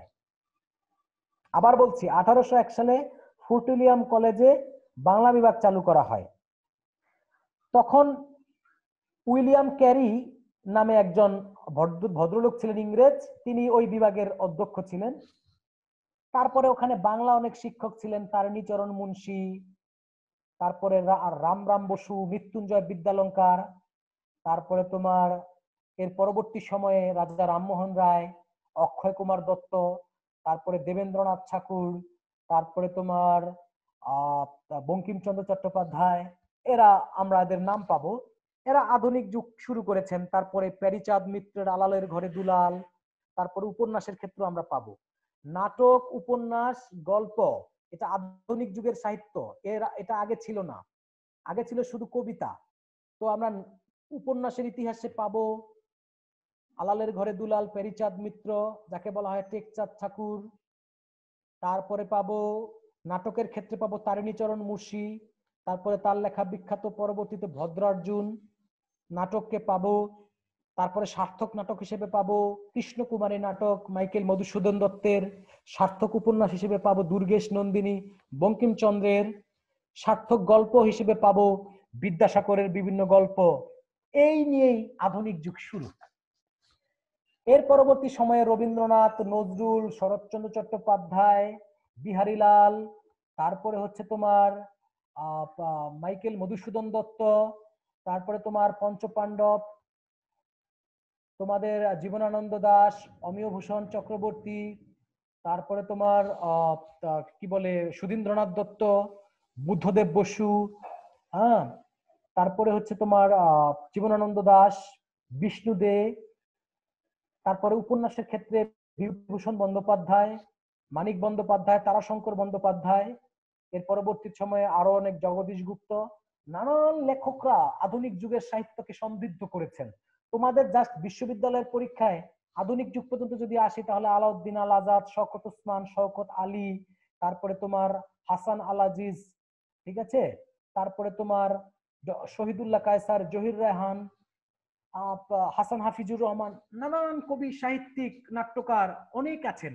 পরীক্ষা জাস্ট আধুনিক যুগ থেকে প্রশ্ন হবে এই গ্রন্থটির রচয়িতা কে, বা এই গ্রন্থটির কে লিখেছেন, বা নিম্নের কোনটি আলাউদ্দিন আল আজাদের গ্রন্থ, নিম্নের কোনটি কাজী ইমদাদুল হকের গ্রন্থ, নিম্নের কোনটি তোমার আল মাহমুদের কাব্যগ্রন্থ, এইরকম বিভিন্ন নাম এবং তার সাহিত্যকর্ম।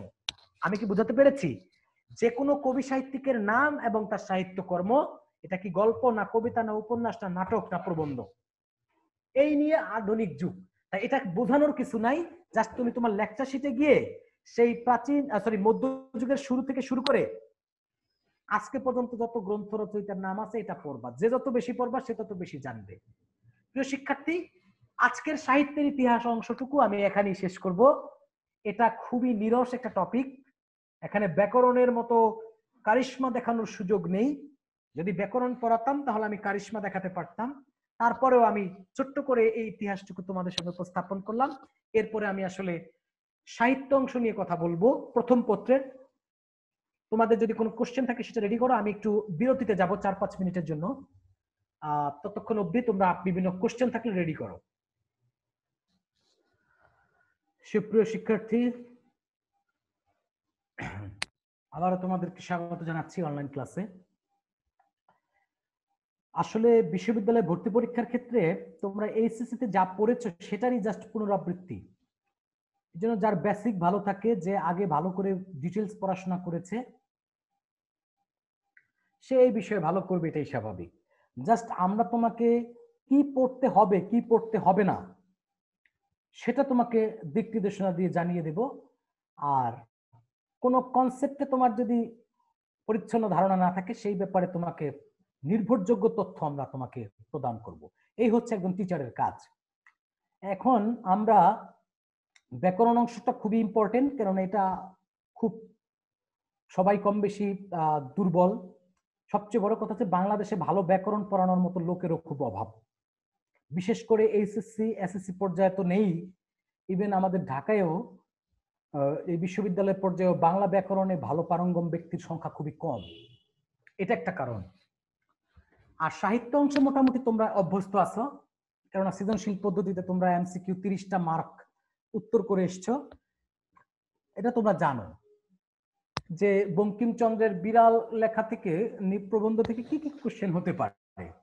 বঙ্কিমের জন্ম, তার জন্ম কোথায়, তার বাবার নাম, তার বাবা কি পেশায় যুক্ত ছিলেন, তার নিজে কি পেশায় যুক্ত ছিলেন, কখন তিনি বাংলা সাহিত্যে পদার্পণ করলেন, তারপরে তিনি এরকম বিভিন্ন তথ্যাদি, এগুলো তো খুব সহজ বিষয়। তো প্রিয় শিক্ষার্থী, আমরা এই আলোচনায় যাচ্ছি, তার আগে তোমরা আমাকে কিছু কোশ্চেন করতে পারো। আমার সময় আছে আধা ঘন্টা, আমি 5 থেকে 7 মিনিট তোমার কোশ্চেন উত্তর করব, তারপর বাকি সময়ে 2 জায়গায় হাইলাইটস করব, কি কি পড়তে হবে সেই জায়গাটা ধরিয়ে দেব, আর অনুধাবনমূলক কিছু জায়গার সঙ্গে পরিচয় করিয়ে দেব, বিড়াল প্রবন্ধ থেকে এবং আমাদের কি বলে বিভীষণের প্রতি মেঘনাথ অংশ থেকে, ওটা আমি তোমাকে পরিচয় করিয়ে দেব। হ্যাঁ, কোশ্চেন করো তোমরা আমাকে।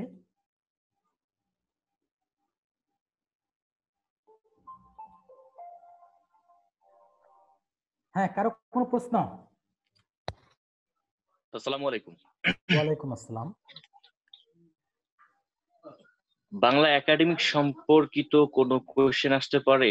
এই আপনি যেগুলো পড়ালেন বাংলা লিপি সাফ করা, এই হ্যাঁ, পুরো মানে মধ্যযুগীয় প্রাচীন, সেটা এই আসলে প্রশ্নের এরকম যে আলোকে মানে এখানে হ্যাঁ হ্যাঁ বাংলা একাডেমি থেকে প্রশ্ন, বাংলা একাডেমিক যে এটা প্রতিষ্ঠিত বা বাংলা একাডেমি থেকে হ্যাঁ হ্যাঁ আমি বলছি, এটা তোমার আধুনিক যুগে, মানে আধুনিক যুগের পর্যায়ে বাংলা একাডেমি কত সালে প্রতিষ্ঠিত হয়, বাংলা একাডেমির পূর্ব নাম কি, ঠিক আছে, কোথায় বাংলা একাডেমি প্রতিষ্ঠিত হয়, এই ধরনের একটা তথ্য হয়তো আসতে পারে।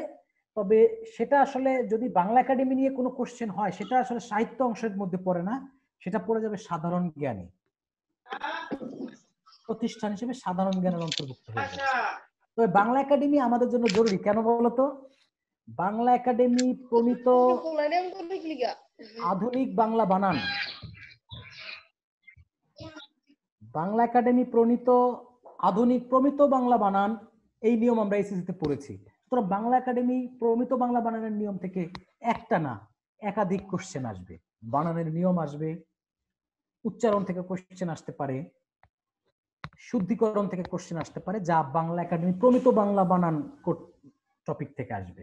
এছাড়া আপনি বাংলা একাডেমি থেকে এই কত সালে প্রতিষ্ঠিত, বাংলা একাডেমি কোন ভবনে প্রতিষ্ঠিত হয়েছিল, আর সাধারণ জ্ঞান হিসেবে, বাংলা হিসেবে না, সাধারণ জ্ঞান হিসেবে বর্তমান বাংলা একাডেমির মহাপরিচালকের নাম কি, বাংলা একাডেমির সভাপতির নাম কি, এটা ওই বিবেচনায় গুরুত্বপূর্ণ, কিন্তু বাংলা টপিকের হিসেবে গুরুত্বপূর্ণ নয়।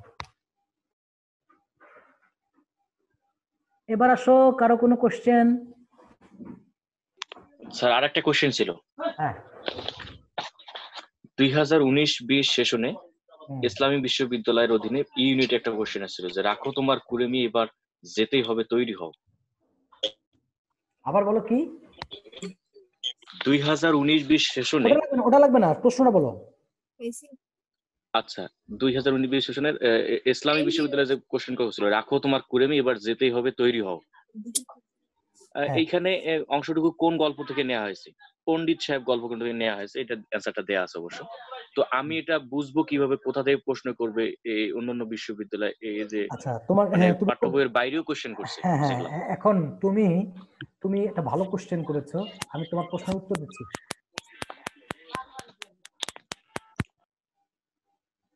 সেটা হলো, একজন শিক্ষার্থী এইচএসসি তে সর্বোচ্চ তার পাঠ্যসূচিভুক্ত 12টা গদ্য এবং 12টা পদ্য পড়ে থাকবে, এটাই স্বাভাবিক। এবং এর থেকে যদি চরণ বা উদ্ধৃতি বা লাইন থেকে কোশ্চেন করা হয়, তাহলে উত্তর করবে, এটাই স্বাভাবিক, তাই তো? এখন এমন একটা গ্রন্থ থেকে কোশ্চেন হলো যে গ্রন্থ আমি পাঠ করি নাই, আমি কিভাবে বলবো? এটা হচ্ছে ওর কোশ্চেন, খুবই যৌক্তিক। কিন্তু একটা কথা মনে রাখবা, এই ধরনের ইসলামী বিশ্ববিদ্যালয় বা জাহাঙ্গীরনগরে আগে যখন রিটেন হতো, এই ধরনের পরীক্ষাতে প্রচুর কম্পিটিশন থাকে, সেখানে স্টুডেন্টকে ছাঁটাই করার জন্য ওরা এরকম কঠিন প্রশ্নগুলো করে। তো তারা কি করে? তারা একটা কাজ করে, সেটা হচ্ছে তোমার এরকম বিভিন্ন লাইন তুলে দিয়ে বলে কোন রচনার অন্তর্গত, এমন একটা প্রশ্ন করে যেটা দেখা যায় বাংলার অনেক টিচারের পক্ষে জানা অসম্ভব। কারণ এমনও হতে পারে ওই বাংলার ওই শিক্ষক ওই বইটা পড়ে নাই।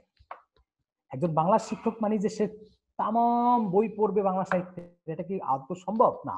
তুমি হুমায়ুন আহমেদের নীল অপরাজিতা থেকে একটা লাইন তুলে দিয়ে বলবে এটা কোন রচনার অন্তর্গত। এখন নীল অপরাজিতা তো আমি পড়িই নাই, এখন আমি এটা বলবো কি করে? হ্যাঁ, তবে এখানে একটা কথা আছে যে কিছু ক্লাসিক সাহিত্য আছে, মানে ধ্রুপদী সাহিত্য, যেগুলো আসলে সবাই কম বেশি পড়ে, যেমন বঙ্কিমের কপালকুণ্ডলা, তারপরে তোমার রবীন্দ্রনাথের শেষের কবিতা, নজরুলের বিদ্রোহী কবিতা, তারপরে বিখ্যাত রবীন্দ্রনাথের গল্প পোস্টমাস্টার, এরকম কিছু বিখ্যাত বিখ্যাত লেখা আছে যেগুলো আসলে প্রচুর পরিমাণে পরীক্ষায় আসে ওগুলো থেকে। তো সেটা মোটামুটি আমরা এটাকে কি হিসেবে ধরে নিতে পারি, এটা হচ্ছে বাংলা সাহিত্যের আধুনিক যুগের অন্তর্গত একটা টপিক। এটা কিন্তু তোমার সাহিত্য অংশ থেকে আসে না, কিন্তু প্রথম পত্র থেকে আসে না, এটা এসেছে বাংলা সাহিত্যের আধুনিক যুগ সেক্টর থেকে। কোনো একটা রচনার লাইন তুলে দিয়ে বলবো এটা কোন রচনার অন্তর্গত। তো এই জন্য কিছু তোমার একটা শীট আছে আমাদের, যেখানে তোমার এরকম ক্লাসিক কিছু সাহিত্যের নাম দেয়া আছে, পণ্ডিত মশাই, তারপরে সংস্কৃতি কথা, এরকম কিছু ক্লাসিক আছে, উদ্ধৃতি। সেই টপিকের নাম দিয়েছি আমরা উদ্ধৃতি, বিভিন্ন ধরনের উদ্ধৃতি কোথা থেকে এসছে এই টাইপের আর কি। সেই শীটটা পড়লে মোটামুটি কমন পাওয়া যায়। যে প্রশ্নটা করেছে তাকে মনে হয় আমি সন্তোষজনক উত্তর দিতে সক্ষম হয়েছি। যে তোমাকে উদ্ধৃতি বিষয়ক একটা লেখা পড়তে হবে। যেমন একটা লাইন আছে, পথিক তুমি কি পথ হারাইয়াছো কোন রচনার অন্তর্গত? কপালকুণ্ডলা। এখন তুমি কিন্তু কপালকুণ্ডলা উপন্যাস পড়তে যাওয়ার দরকার নেই, ওই রকম একটা শীটের আদলে প্রস্তুতি নিলে তুমি মোটামুটি বুঝে ফেলতে পারো। এবার আমরা চলে যাচ্ছি পরবর্তী আলোচনায়। আমাদের আর কারো কোশ্চেন থাকলে করতে পারো।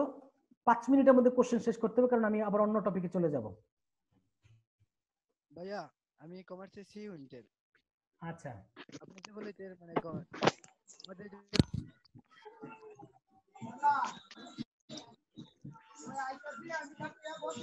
হ্যাঁ কোশ্চেন করো। জি আসসালামু আলাইকুম ভাইয়া, ফরহাদ বলছি। আচ্ছা, ভাইয়া বলো। পুঁথি সাহিত্যের 3জন ব্যক্তির নাম বলেছেন, একজন হচ্ছে ফকির গরিবুল্লাহ, আমির হামজা, আরেকজনের নামটা ভাইয়া ঠিক মনে রাখতে পারি সৈয়দ হামজা। সৈয়দ হামজা, হ্যাঁ রে বাবা, গুড, সবাই তো মনে রাখছে, গুড। সৈয়দ হামজা না? হ্যাঁ হ্যাঁ, আচ্ছা, স্যার ওই যে ধন্যবাদ। লেকচার শিটের কথা বলছিলেন, হ্যাঁ লেকচার শিট তো তোমাদের এই তোমাদের প্রতিষ্ঠান দিবে, তোমরা যাদের আন্ডারে ভর্তি হয়েছে এই প্রোগ্রামে। আর কোনো কোশ্চেন? আমি কিন্তু এখানে স্টপ করে দিয়ে আমি আবার গল্প আলোচনায় যাচ্ছি। Okay no question. স্যার আমার একটা কোশ্চেন ছিল স্যার। অবশ্যই। স্যার আমরা বাংলার জন্য মানে ভালো প্রিপারেশন নেওয়ার জন্য কি আমরা প্রশ্ন ব্যাংক গুলো কি সলভ করলে হবে, বা ব্যাকবনের যে লেকচার শিট গুলো দিবে এগুলো সলভ করলে কি হবে, নাকি ভালো কোনো বই বা ব্যাকবোনের লেকচার শিট হিউজ এনাফ, ব্যাকবোনের লেকচার শিট হিউজ এনাফ। আর বিগত বছরের কোশ্চেন তো পড়তেই হবে, ওটার বিকল্প নাই, ওটা পড়তে হবে একদম কথা বলার আগে। তারপরে কিছু সাপোর্টিং বই লাগবে, আমি আজকেও বলে দিতে পারি কি কি বই লাগবে। বলছি, সবাই নোট করে লিখে নাও। 1 নম্বরে নবম দশম শ্রেণীর বাংলা বোর্ড বই, মুনির চৌধুরী এবং মোফাজ্জেল হায়দার চৌধুরী রচিত বাংলা ব্যাকরণ বোর্ড বই, নবম দশম। 2 নম্বরে লাগবে একটা বিশ্ববিদ্যালয়ে ভর্তির উপযোগী গাইড। গাইড বলতে ওই ওভারঅল গাইড না, বাংলা বিষয়ে একটা বই লাগবে। 150 থেকে 200-250 দাম হতে পারে। 3টা বইয়ের নাম আমি বলছি, যার যেটা মন চায়। পরিচিত থাকলে 3 জনে মিলে 3টা কিনবে, একই রকম কিনবে না। 1 নম্বরে হচ্ছে সরোবর, আবু জাহেদ নামে তার রাইটার। 2 নম্বরে হচ্ছে প্রভাত বাংলা, আখতারুজ্জামান তার রাইটার। আরেকটা হচ্ছে পারাবার, ইউসিসি কর্তৃক প্রকাশিত একটি বই, বাংলা বই। তাহলে এই 3টা বইয়ের যে কোনো একটা বই, মুনির চৌধুরীর ওই বই। 3 নাম্বারটা কি বললেন?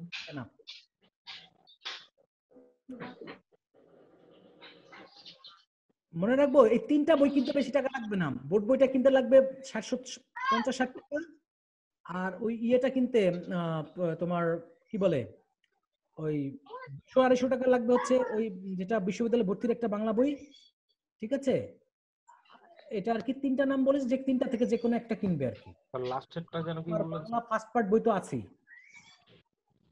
লাস্টেরটা জানি কি বললেন? লাস্টেরটা বলছি হচ্ছে তোমার পারাবার। Thank you. আচ্ছা, শুরু করছি। আমি এখন তোমাকে যেটা দেখাবো সেটা হচ্ছে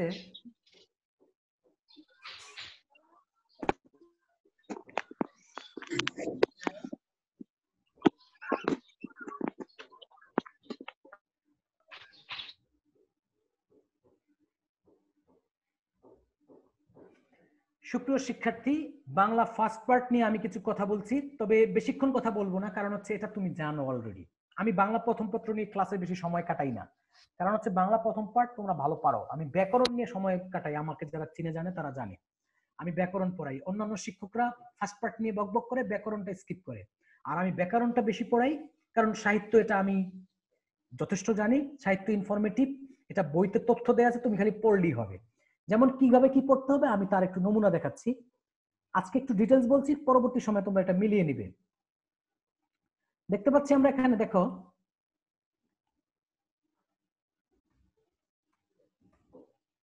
যা যা পড়তে হবে, গদ্য থেকে যা যা পড়তে হবে, শব্দার্থ ও টিকা, মানে প্রত্যেকটা গদ্য এর শব্দার্থ আর টিকা, মানে যেগুলো আয়তনে বড় সেগুলো বাদ দিবা, যেগুলো ছোট ছোট মানে এমসিকিউ প্রশ্ন করা যায় এই টাইপের টিকাগুলা এবং শব্দার্থগুলা একদম ঠোঁটস্থ করে ফেলবা। বলবে স্যার এতগুলো গল্প কবিতার টিকা শব্দার্থ আমি পড়বো কিভাবে? সব পড়া লাগবে না, মোটামুটি বেছে বেছে যেগুলো ইম্পর্টেন্ট মনে হবে তোমার সেগুলোকে দাগিয়ে দাগিয়ে পড়ে ফেলবা। যেমন বিড়াল প্রবন্ধ যদি তুমি যাও তাহলে যষ্টি শব্দের অর্থ কি, প্রেতবৎ মানে কি, ঠিক আছে, ডিউক অফ ওয়েলিংটন, নেপোলিয়ন, এই টিকাগুলো পড়বে তুমি, ঠিক আছে, এগুলো বাদ দেওয়া যাবে না, ঠিক আছে। তারপর ওয়াটারলু যুদ্ধ নিয়ে পড়বে, কত সালে সংগঠিত হয়, এই ব্যাপারে টিকা দেয়া আছে কিন্তু ওয়াটারলু যুদ্ধ সম্পর্কে।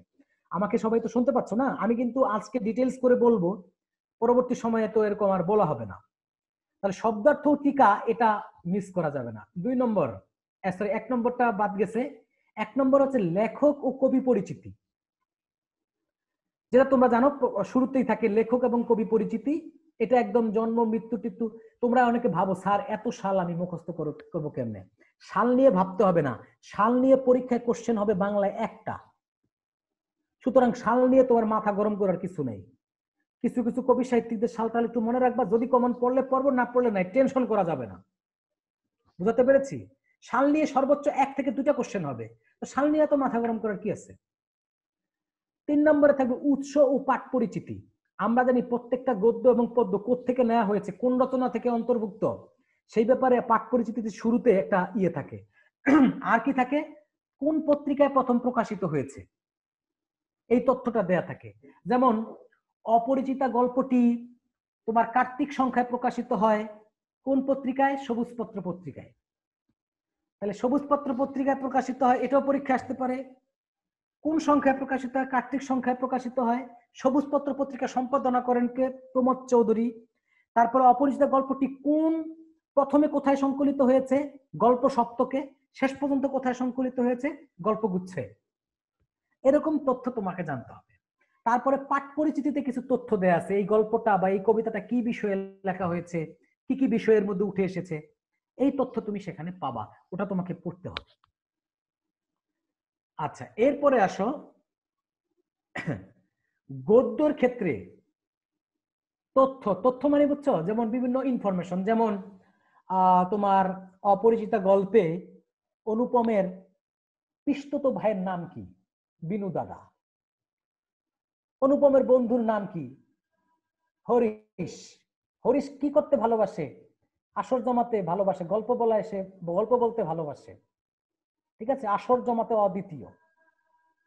তারপরে আমরা দেখব যে গহনা পরিমাপ করার জন্য কাকে নিয়ে যাওয়া হয়েছিল? শেখরাকে নিয়ে যাওয়া হয়েছিল। গহনাগুলো কোন আমলের? পুরনো আমলের, পিতামহীদের মানে পূর্বপুরুষদের ঐতিহ্যবাহী গহনা। গহনাগুলোর মধ্যে কি ছিল? একজোড়া ইয়ারিং ছিল, কানের দুল। তারপরে প্রজাপতির কয়টি পক্ষ? ঠিক আছে,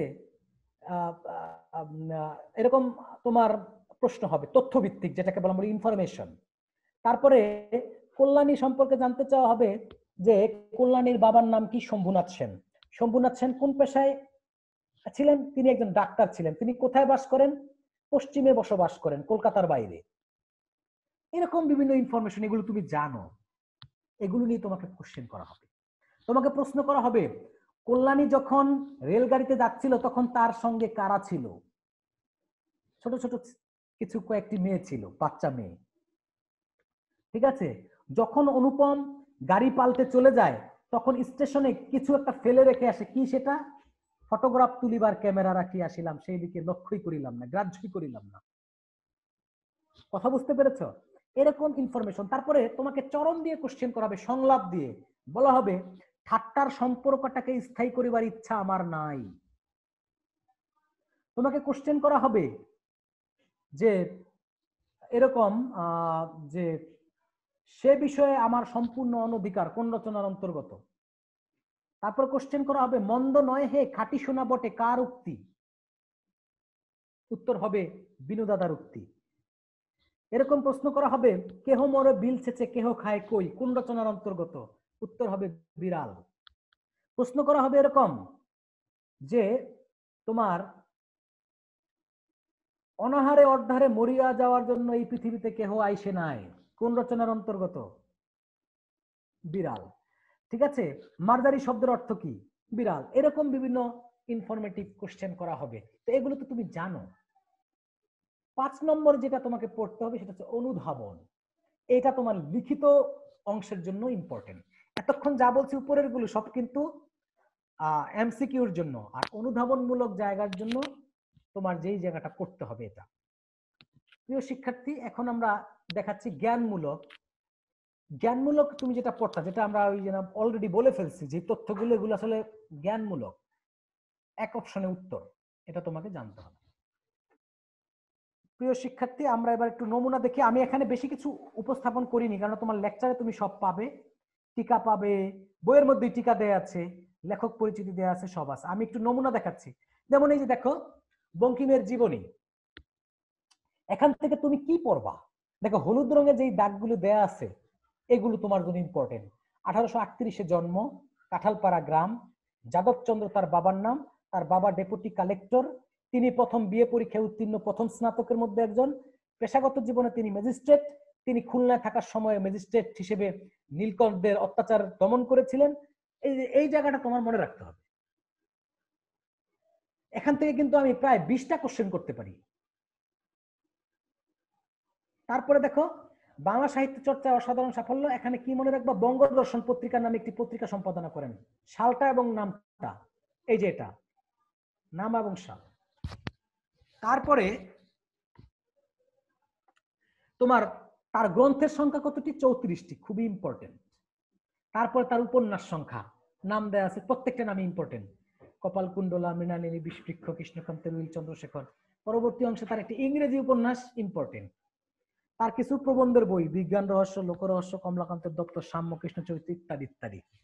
তারপর তিনি মারা যান। তাহলে খুব বেশি তথ্য, এই তথ্যগুলো তুমি বাদ দিতে পারবে না, যেগুলো আমি হলুদ রঙে চিহ্নিত করলাম।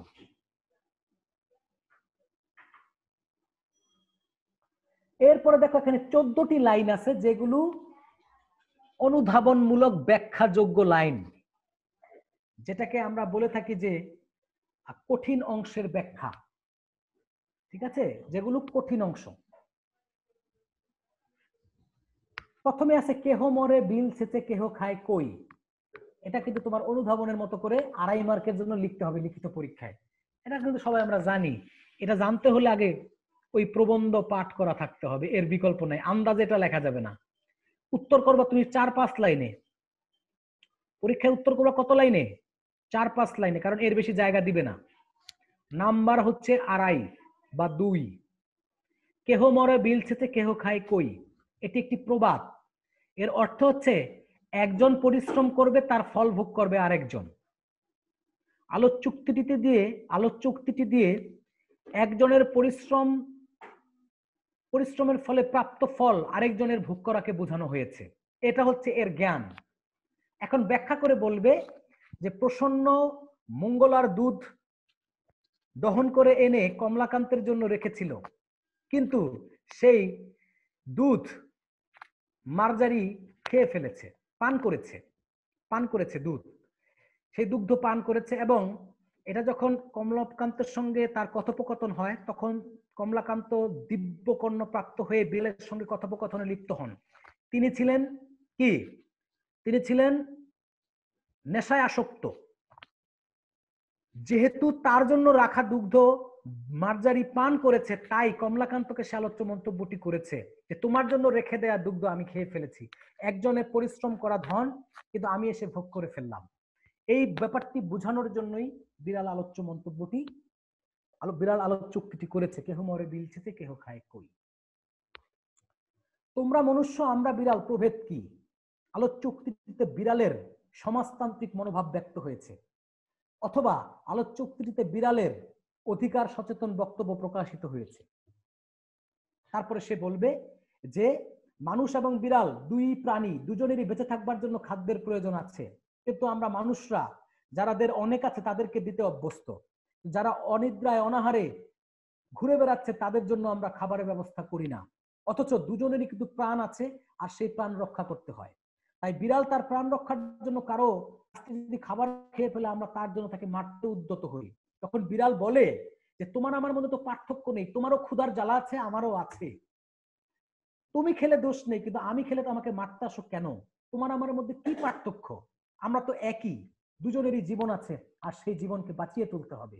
তাই মানুষ এবং বিড়ালের মধ্যে জীবনের পার্থক্যের কথা তুলে ধরে আসলে এখানে বিড়াল তার অধিকার সচেতন বক্তব্য উপস্থাপন করেছে। এরকম ভাবে তোমাকে ব্যাখ্যা বিশ্লেষণে যেতে হবে। ধর্ম কি? পরোপকারী পরম ধর্ম। অর্থাৎ এখানে বিড়াল মানব ধর্মের প্রকৃত রূপ সম্পর্কে ধারণা দিয়েছে, যে ধর্মের মূল বিষয়টা হচ্ছে অন্যের মঙ্গল করা, কল্যাণ সাধন করা, পরোপকার করাই হচ্ছে প্রকৃত ধর্ম, এটাই হচ্ছে মানব ধর্ম। তো আমি তোমার রেখে দেওয়া দুগ্ধ পান করেছি, এতে আমার প্রাণ বেঁচেছে, সুতরাং তোমার দুধে আমার প্রাণ বেঁচেছে, তুমি একটা ভালো কাজ করেছো, সুতরাং তুমি পুণ্য সঞ্চয় করেছো, আমি তোমার পুণ্য সঞ্চয়ের অন্যতম কারণ হয়ে বিবেচিত হয়েছি, সুতরাং আমাকে তুমি প্রশংসা করবে, তা না করে তুমি আমাকে মারতে উদ্যত হয়েছ। এটা কেমন বিচার? তাই সে বলেছে পরোপকারী পরম ধর্ম, এবং পরের লাইনে বলেছে আমি তোমার ধর্ম সঞ্চয়ের মূলীভূত কারণ। অর্থাৎ তুমি কমলাকান্ত যে পুণ্যের অধিকারী হলে আজকে আমাকে দুগ্ধ পান করানোর কারণে, সে কারণে তুমি পুণ্য লাভ করলে, তোমার পুণ্য সঞ্চয়ের মূল কারণ তো আমি। এই ব্যাখ্যা বিশ্লেষণ তোমরা ক্লাসে পড়েছো, তোমাদের পড়া বিষয় আর কত বলবো, ঠিক আছে? আমি তোমার ধর্মের সহায়, একই কথা, আমি তোমার ধর্ম সঞ্চয়ের মূলীভূত কারণ এবং আমি তোমার ধর্মের সহায়, এর ব্যাখ্যা একই। অর্থাৎ দুগ্ধ পানে পরোপকার সাধিত হয়েছে, এবং কমলাকান্তকে বিড়াল বলছে তোমার এই পরোপকারে আমার দুগ্ধ পান করা সহায়ক ভূমিকা পালন করেছে, সুতরাং আমি তোমার ধর্মের সহায়, কারণ আমার উপর ভর করেই তুমি কল্যাণমূলক কাজ করতে পেরেছ। প্রিয় শিক্ষার্থী, অধর্ম চোরের নহে, চোরে যে চুরি করে সে অধর্ম কৃপণ ধনীর।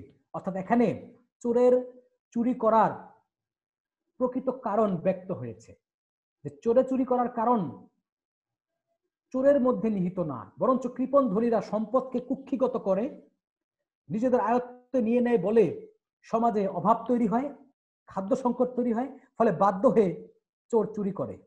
তাই এই চোরের মূল কারণ চোর নয়, কৃপণ ধনীরা, যারা অন্যকে কিছু দিতে চায় না। এরকম ব্যাখ্যা বিশ্লেষণ আছে প্রিয় শিক্ষার্থী। তেমনি ভাবে তেলা মাথায় তেল দেয়া মনুষ্য জাতির রোগ ইত্যাদি ইত্যাদি অনেক আলোচনা। তো আমি এখন এই জায়গাটা তোমার জন্য ইম্পর্টেন্ট, এই যে 14টা লাইন বললাম এগুলোর ব্যাখ্যা বিশ্লেষণ তুমি পড়বে। আরেকটা বিষয়, আজকের যে কবিতা অংশটা সময় থাকবে না, আমি একটু দ্রুত দেখিয়ে দিচ্ছি। দীর্ঘক্ষণের ক্লাস, বিভীষণের প্রতি মেঘনাদ খুবই কঠিন মনে করে, কিন্তু আসলে কঠিন না। অর্থ তত্ত্ব টিকা টিকা এগুলা যেমনটা তেমনই, তার জীবনী টিবনী দেখে নিবা, ঠিক আছে? কিন্তু যেটা আমি এখন তোমাকে দেখাবো সেটা হচ্ছে এখানেও তোমার সপ্রসঙ্গ ব্যাখ্যা চাইবে। বিশ্ববিদ্যালয়ে ভর্তি যখন তুমি হবে, তোমাকে বলা হবে চন্ডালে বসাও আনি রাজার আলোয়, ব্যাখ্যা করো। তোমাকে প্রশ্ন করা হবে এরকম প্রশ্ন করা হবে যে তোমার অজ্ঞদাস বিজ্ঞতম তুমি, এরকম বিভিন্ন লাইন তুলে দিয়ে বলবে যে ব্যাখ্যা করো। তা আমরা একটু দেখাচ্ছি তোমাকে সেই ব্যাখ্যা তুমি কিভাবে করবে। আজকের ক্লাসে তো আমি আর সবগুলো ব্যাখ্যা করতে পারবো না, আসলে মেঘনাদ বধ কাব্য ব্যাখ্যা করতে 2টা ক্লাস লাগে বা 2 ঘন্টা ব্যাপী একটা ক্লাস লাগে। তো আমি তোমাকে জাস্ট ধরিয়ে দিচ্ছি যে কিভাবে পড়বে। আমি তোমাকে একটা শীট দেখাচ্ছি, এই শীটটা তোমরা পাবে না কোথাও, আমি তোমাদেরকে একটু দেখাচ্ছি। প্রিয় শিক্ষার্থী, তোমরা এখানে একটা শীট দেখতে পাচ্ছ। এখানে আমরা কি করেছি, 4-5 পৃষ্ঠার মধ্যে এই পুরো বিভীষণের প্রতি মেঘনাদ এই কাব্যাংশটিকে ব্যাখ্যা করে লিখেছি। এর প্রত্যেকটা ব্যাখ্যাকৃত অংশটাই হচ্ছে তোমার ওই যে লিখিত পরীক্ষার উত্তর। যেমন যেখানে আছে এতক্ষণে অরিন্দম কহিলা বিষাদে। এর মানে কি? এর মানে হচ্ছে এই যে ব্র্যাকেটের মধ্যে আমরা লিখেছি, ঠিক আছে? এখানে আমরা ব্যাখ্যা করে লিখেছি যে যে কোনো যুদ্ধে যাবার আগে মেঘনাদ অগ্নিদেবের পূজা করেন। যেখানে তিনি পূজা করেন সেই জায়গাটির নাম হচ্ছে নিকুম্ভিলা যজ্ঞাগার। দেবতাদের আশীর্বাদ ছিল যে মেঘনাদ যখন অগ্নিদেবের পূজা করবেন তখন ওই আগুন থেকে রথ উঠে আসবে, উক্ত রথে চড়ে যুদ্ধ করলে কেউ তাকে হারাতে পারবে না। তাই মেঘনাদ রাম লক্ষণের বিরুদ্ধে যুদ্ধের আগে নিকুম্ভিলা যজ্ঞাগারে অগ্নিদেবের যজ্ঞ বা পূজা করতে যান। একথা লক্ষণ জানতো না, বিভীষণ জানতো। বিভীষণ বুঝতে পারলেন মেঘনাদ যদি যজ্ঞ সম্পন্ন করতে পারে তাহলে তাকে আর রাম লক্ষণ পরাজিত করতে পারবে না। তাই মেঘনাদকে যজ্ঞ করার আগে হত্যা করার জন্য মায়া দেবীর সহায়তায় শত শত প্রহরীর চোখ ফাঁকি দিয়ে বিভীষণ লক্ষণকে নিয়ে যজ্ঞাগারে পৌঁছান। বেইমানি করলেন। প্রথমে মেঘনাদ লক্ষণকে দেখে বুঝতে পারলো না যে কিভাবে লক্ষণ এখানে এসেছে। এমত অবস্থায় মেঘনাদ যজ্ঞাগারের প্রবেশদ্বারে বিভীষণকে দেখতে পেয়ে বুঝতে পারলেন যে পিতৃব্য বিভীষণী লক্ষণকে পথ দেখিয়ে নিকুম্ভিলা যজ্ঞাগারে নিয়ে এসেছেন। তখন মেঘনাদ মনে অত্যন্ত কষ্ট পেলেন এবং ভারাক্রান্ত মনে আলোচ্য তক্ষণে অরিন্দম কহিলা বিষাদে। বুঝতে পেরেছো?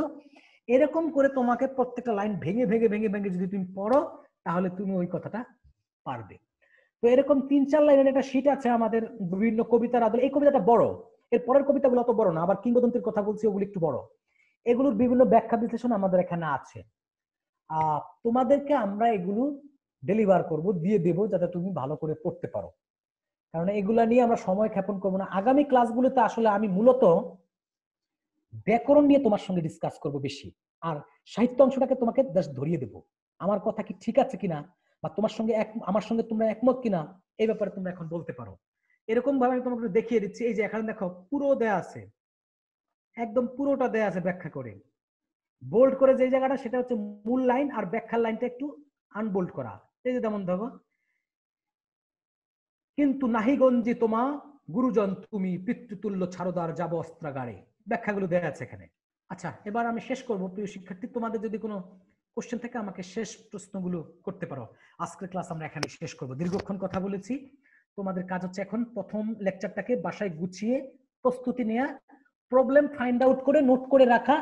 আগামী ক্লাসে আমাকে যে যত বেশি প্রশ্ন করতে পারবে আমি অত খুশি হব।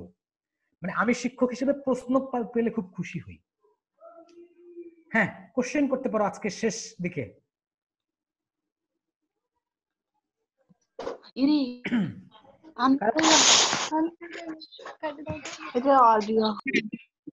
হ্যালো ভাইয়া। হ্যাঁ,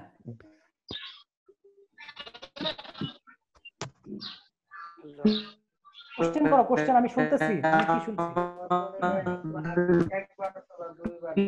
শীট দিবেন? ওরে, আমি যদি তোমার ক্লাস নেই তাহলে তোমার প্রস্তুতির জন্য ব্যক্তিগত কিছু শীট টিট দিতেই পারি, তাই না? আর প্রতিষ্ঠান থেকে তোমাদেরকে লেকচার করার কথা আমার যতটুকু ধারণা, না তুমি পড়বে কিভাবে? হ্যালো ভাইয়া। হ্যাঁ, শীট পাবো কিভাবে? এই যোগাযোগ করবে, যার সঙ্গে ক্লাস করবে, তোমাদের রাজন নামে একজন যোগাযোগ করবে তোমাদের সঙ্গে। হ্যাঁ ভাইয়া, তাহলে কি শীট দিবে আমাদের? তুমি যদি এই প্রোগ্রামে যুক্ত হও তাহলে অবশ্যই শীট দিবে। শীট দিবে না কেন? আমি তো ভাই এই প্রোগ্রামে যুক্ত হই, ভাই ক্লাস করতেছি। হ্যাঁ, তাহলে দেয়ার কথা, তোমরা আলাপ করে দেখো। ওকে, একটু সাপ্লিমেন্টারি উত্তর দিতে যাচ্ছি। আমরা ইতোমধ্যেই ব্যাকবোন স্কুল অ্যাপ এর মধ্যে একই সাথে ভিডিও লেকচার এবং উইকলি টেস্ট সবকিছু আমরা অ্যাকোমোডেট করেছি। তো সেক্ষেত্রে আপনাদের আলাদা করে কোনো শীটের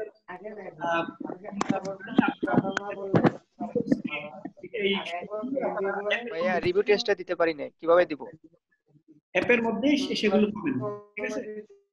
নো ভাইয়া, রিভিউ টেস্ট যেটা এটা দিতে পারি। যারা বি ইউনিট থেকে যারা এখনো রিভিউ টেস্ট দিতে পারেন নাই, আমরা তাদের জন্য আন্তরিকভাবে দুঃখিত। আগামী কাল থেকে আপনারা পাবেন ইনশাআল্লাহ, ঠিক আছে? আমাদের ওই সিস্টেমটা ভাইয়া ব্যাকবোন টিউটরস যেন এটা ওপেন বলে খালি 5,000 শিক্ষক প্রচন্ড শিক্ষক বাছাই করে এটা দেখা যায়, আর কিছু ব্যাকবন দেখা যায়। টিউটর অ্যাপের কর্নারে লেফট কর্নারে মেনু আছে, মেনু বার থেকে আপনি কাজ করতে পারবেন। এখানে যে স্ক্রিন আপনি মেনু বারে ক্লিক করলে ডিটেইলস চলে আসবে। বৃষ্টি দিনে সারা দিন নাই এই কথাটা সাথে নিয়ে যাবো।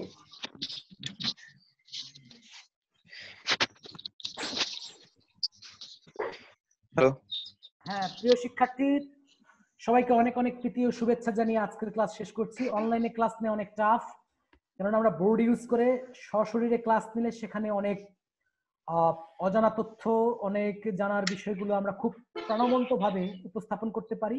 কিন্তু অনলাইন ক্লাসের কিছু পজিটিভ দিক আছে, সেটা হচ্ছে অনলাইন ক্লাসে একদিনে যতগুলো তথ্য স্টুডেন্টের কাছে পৌঁছে দেওয়া যায় সেটা অফলাইনে করা সম্ভবপর নয়। যদি তোমরা অনলাইনে যুক্ত থাকো এবং ভালোভাবে ক্লাসগুলো নিয়মিত করো এবং আমার মতো এরকম শিক্ষকদের সান্নিধ্যে গিয়ে প্রশ্নগুলোর যথোপযুক্ত উত্তর সংগ্রহে রাখতে পারো, তাহলে তোমার কোনো কনফিউশন থাকবে না এবং তুমি কনফার্ম বিশ্ববিদ্যালয়ে ভর্তি পরীক্ষায় ভালো একটা জায়গায় চলে যেতে পারবে, এটা নিশ্চিত। তোমরা পাবলিক বিশ্ববিদ্যালয়গুলোকে টার্গেট করো, not only Dhaka university, every public university in Bangladesh. তুমি সেখানে খোঁজ খবর রাখো, পড়াশোনা করো। বাংলা তুমি কোনো ঝামেলায় পড়বার কথা না, কেননা ব্যাকবন বাংলা বিষয়ে যেই তোমাকে যেই অন্যান্য বিষয়গুলো অবশ্যই তারা অনেক রিচ, তাদের সংগ্রহ আছে, তাদের এরকম ইফোর্ট আছে। আমরাও বাংলায় তোমাদেরকে নিশ্চিত করছি যে বাংলায় তুমি অন্য কোথাও দ্বারস্থ হতে হবে না, তোমাকে আমরা একদম পুরা প্ল্যানিং ওয়েতে দ্বার প্রান্তে পৌঁছে দেব। এই আশাবাদ ব্যক্ত করে আজকের মতো আমার ক্লাস এখানে শেষ করছি। সবাইকে অনেক অনেক শুভেচ্ছা। আল্লাহ হাফিজ।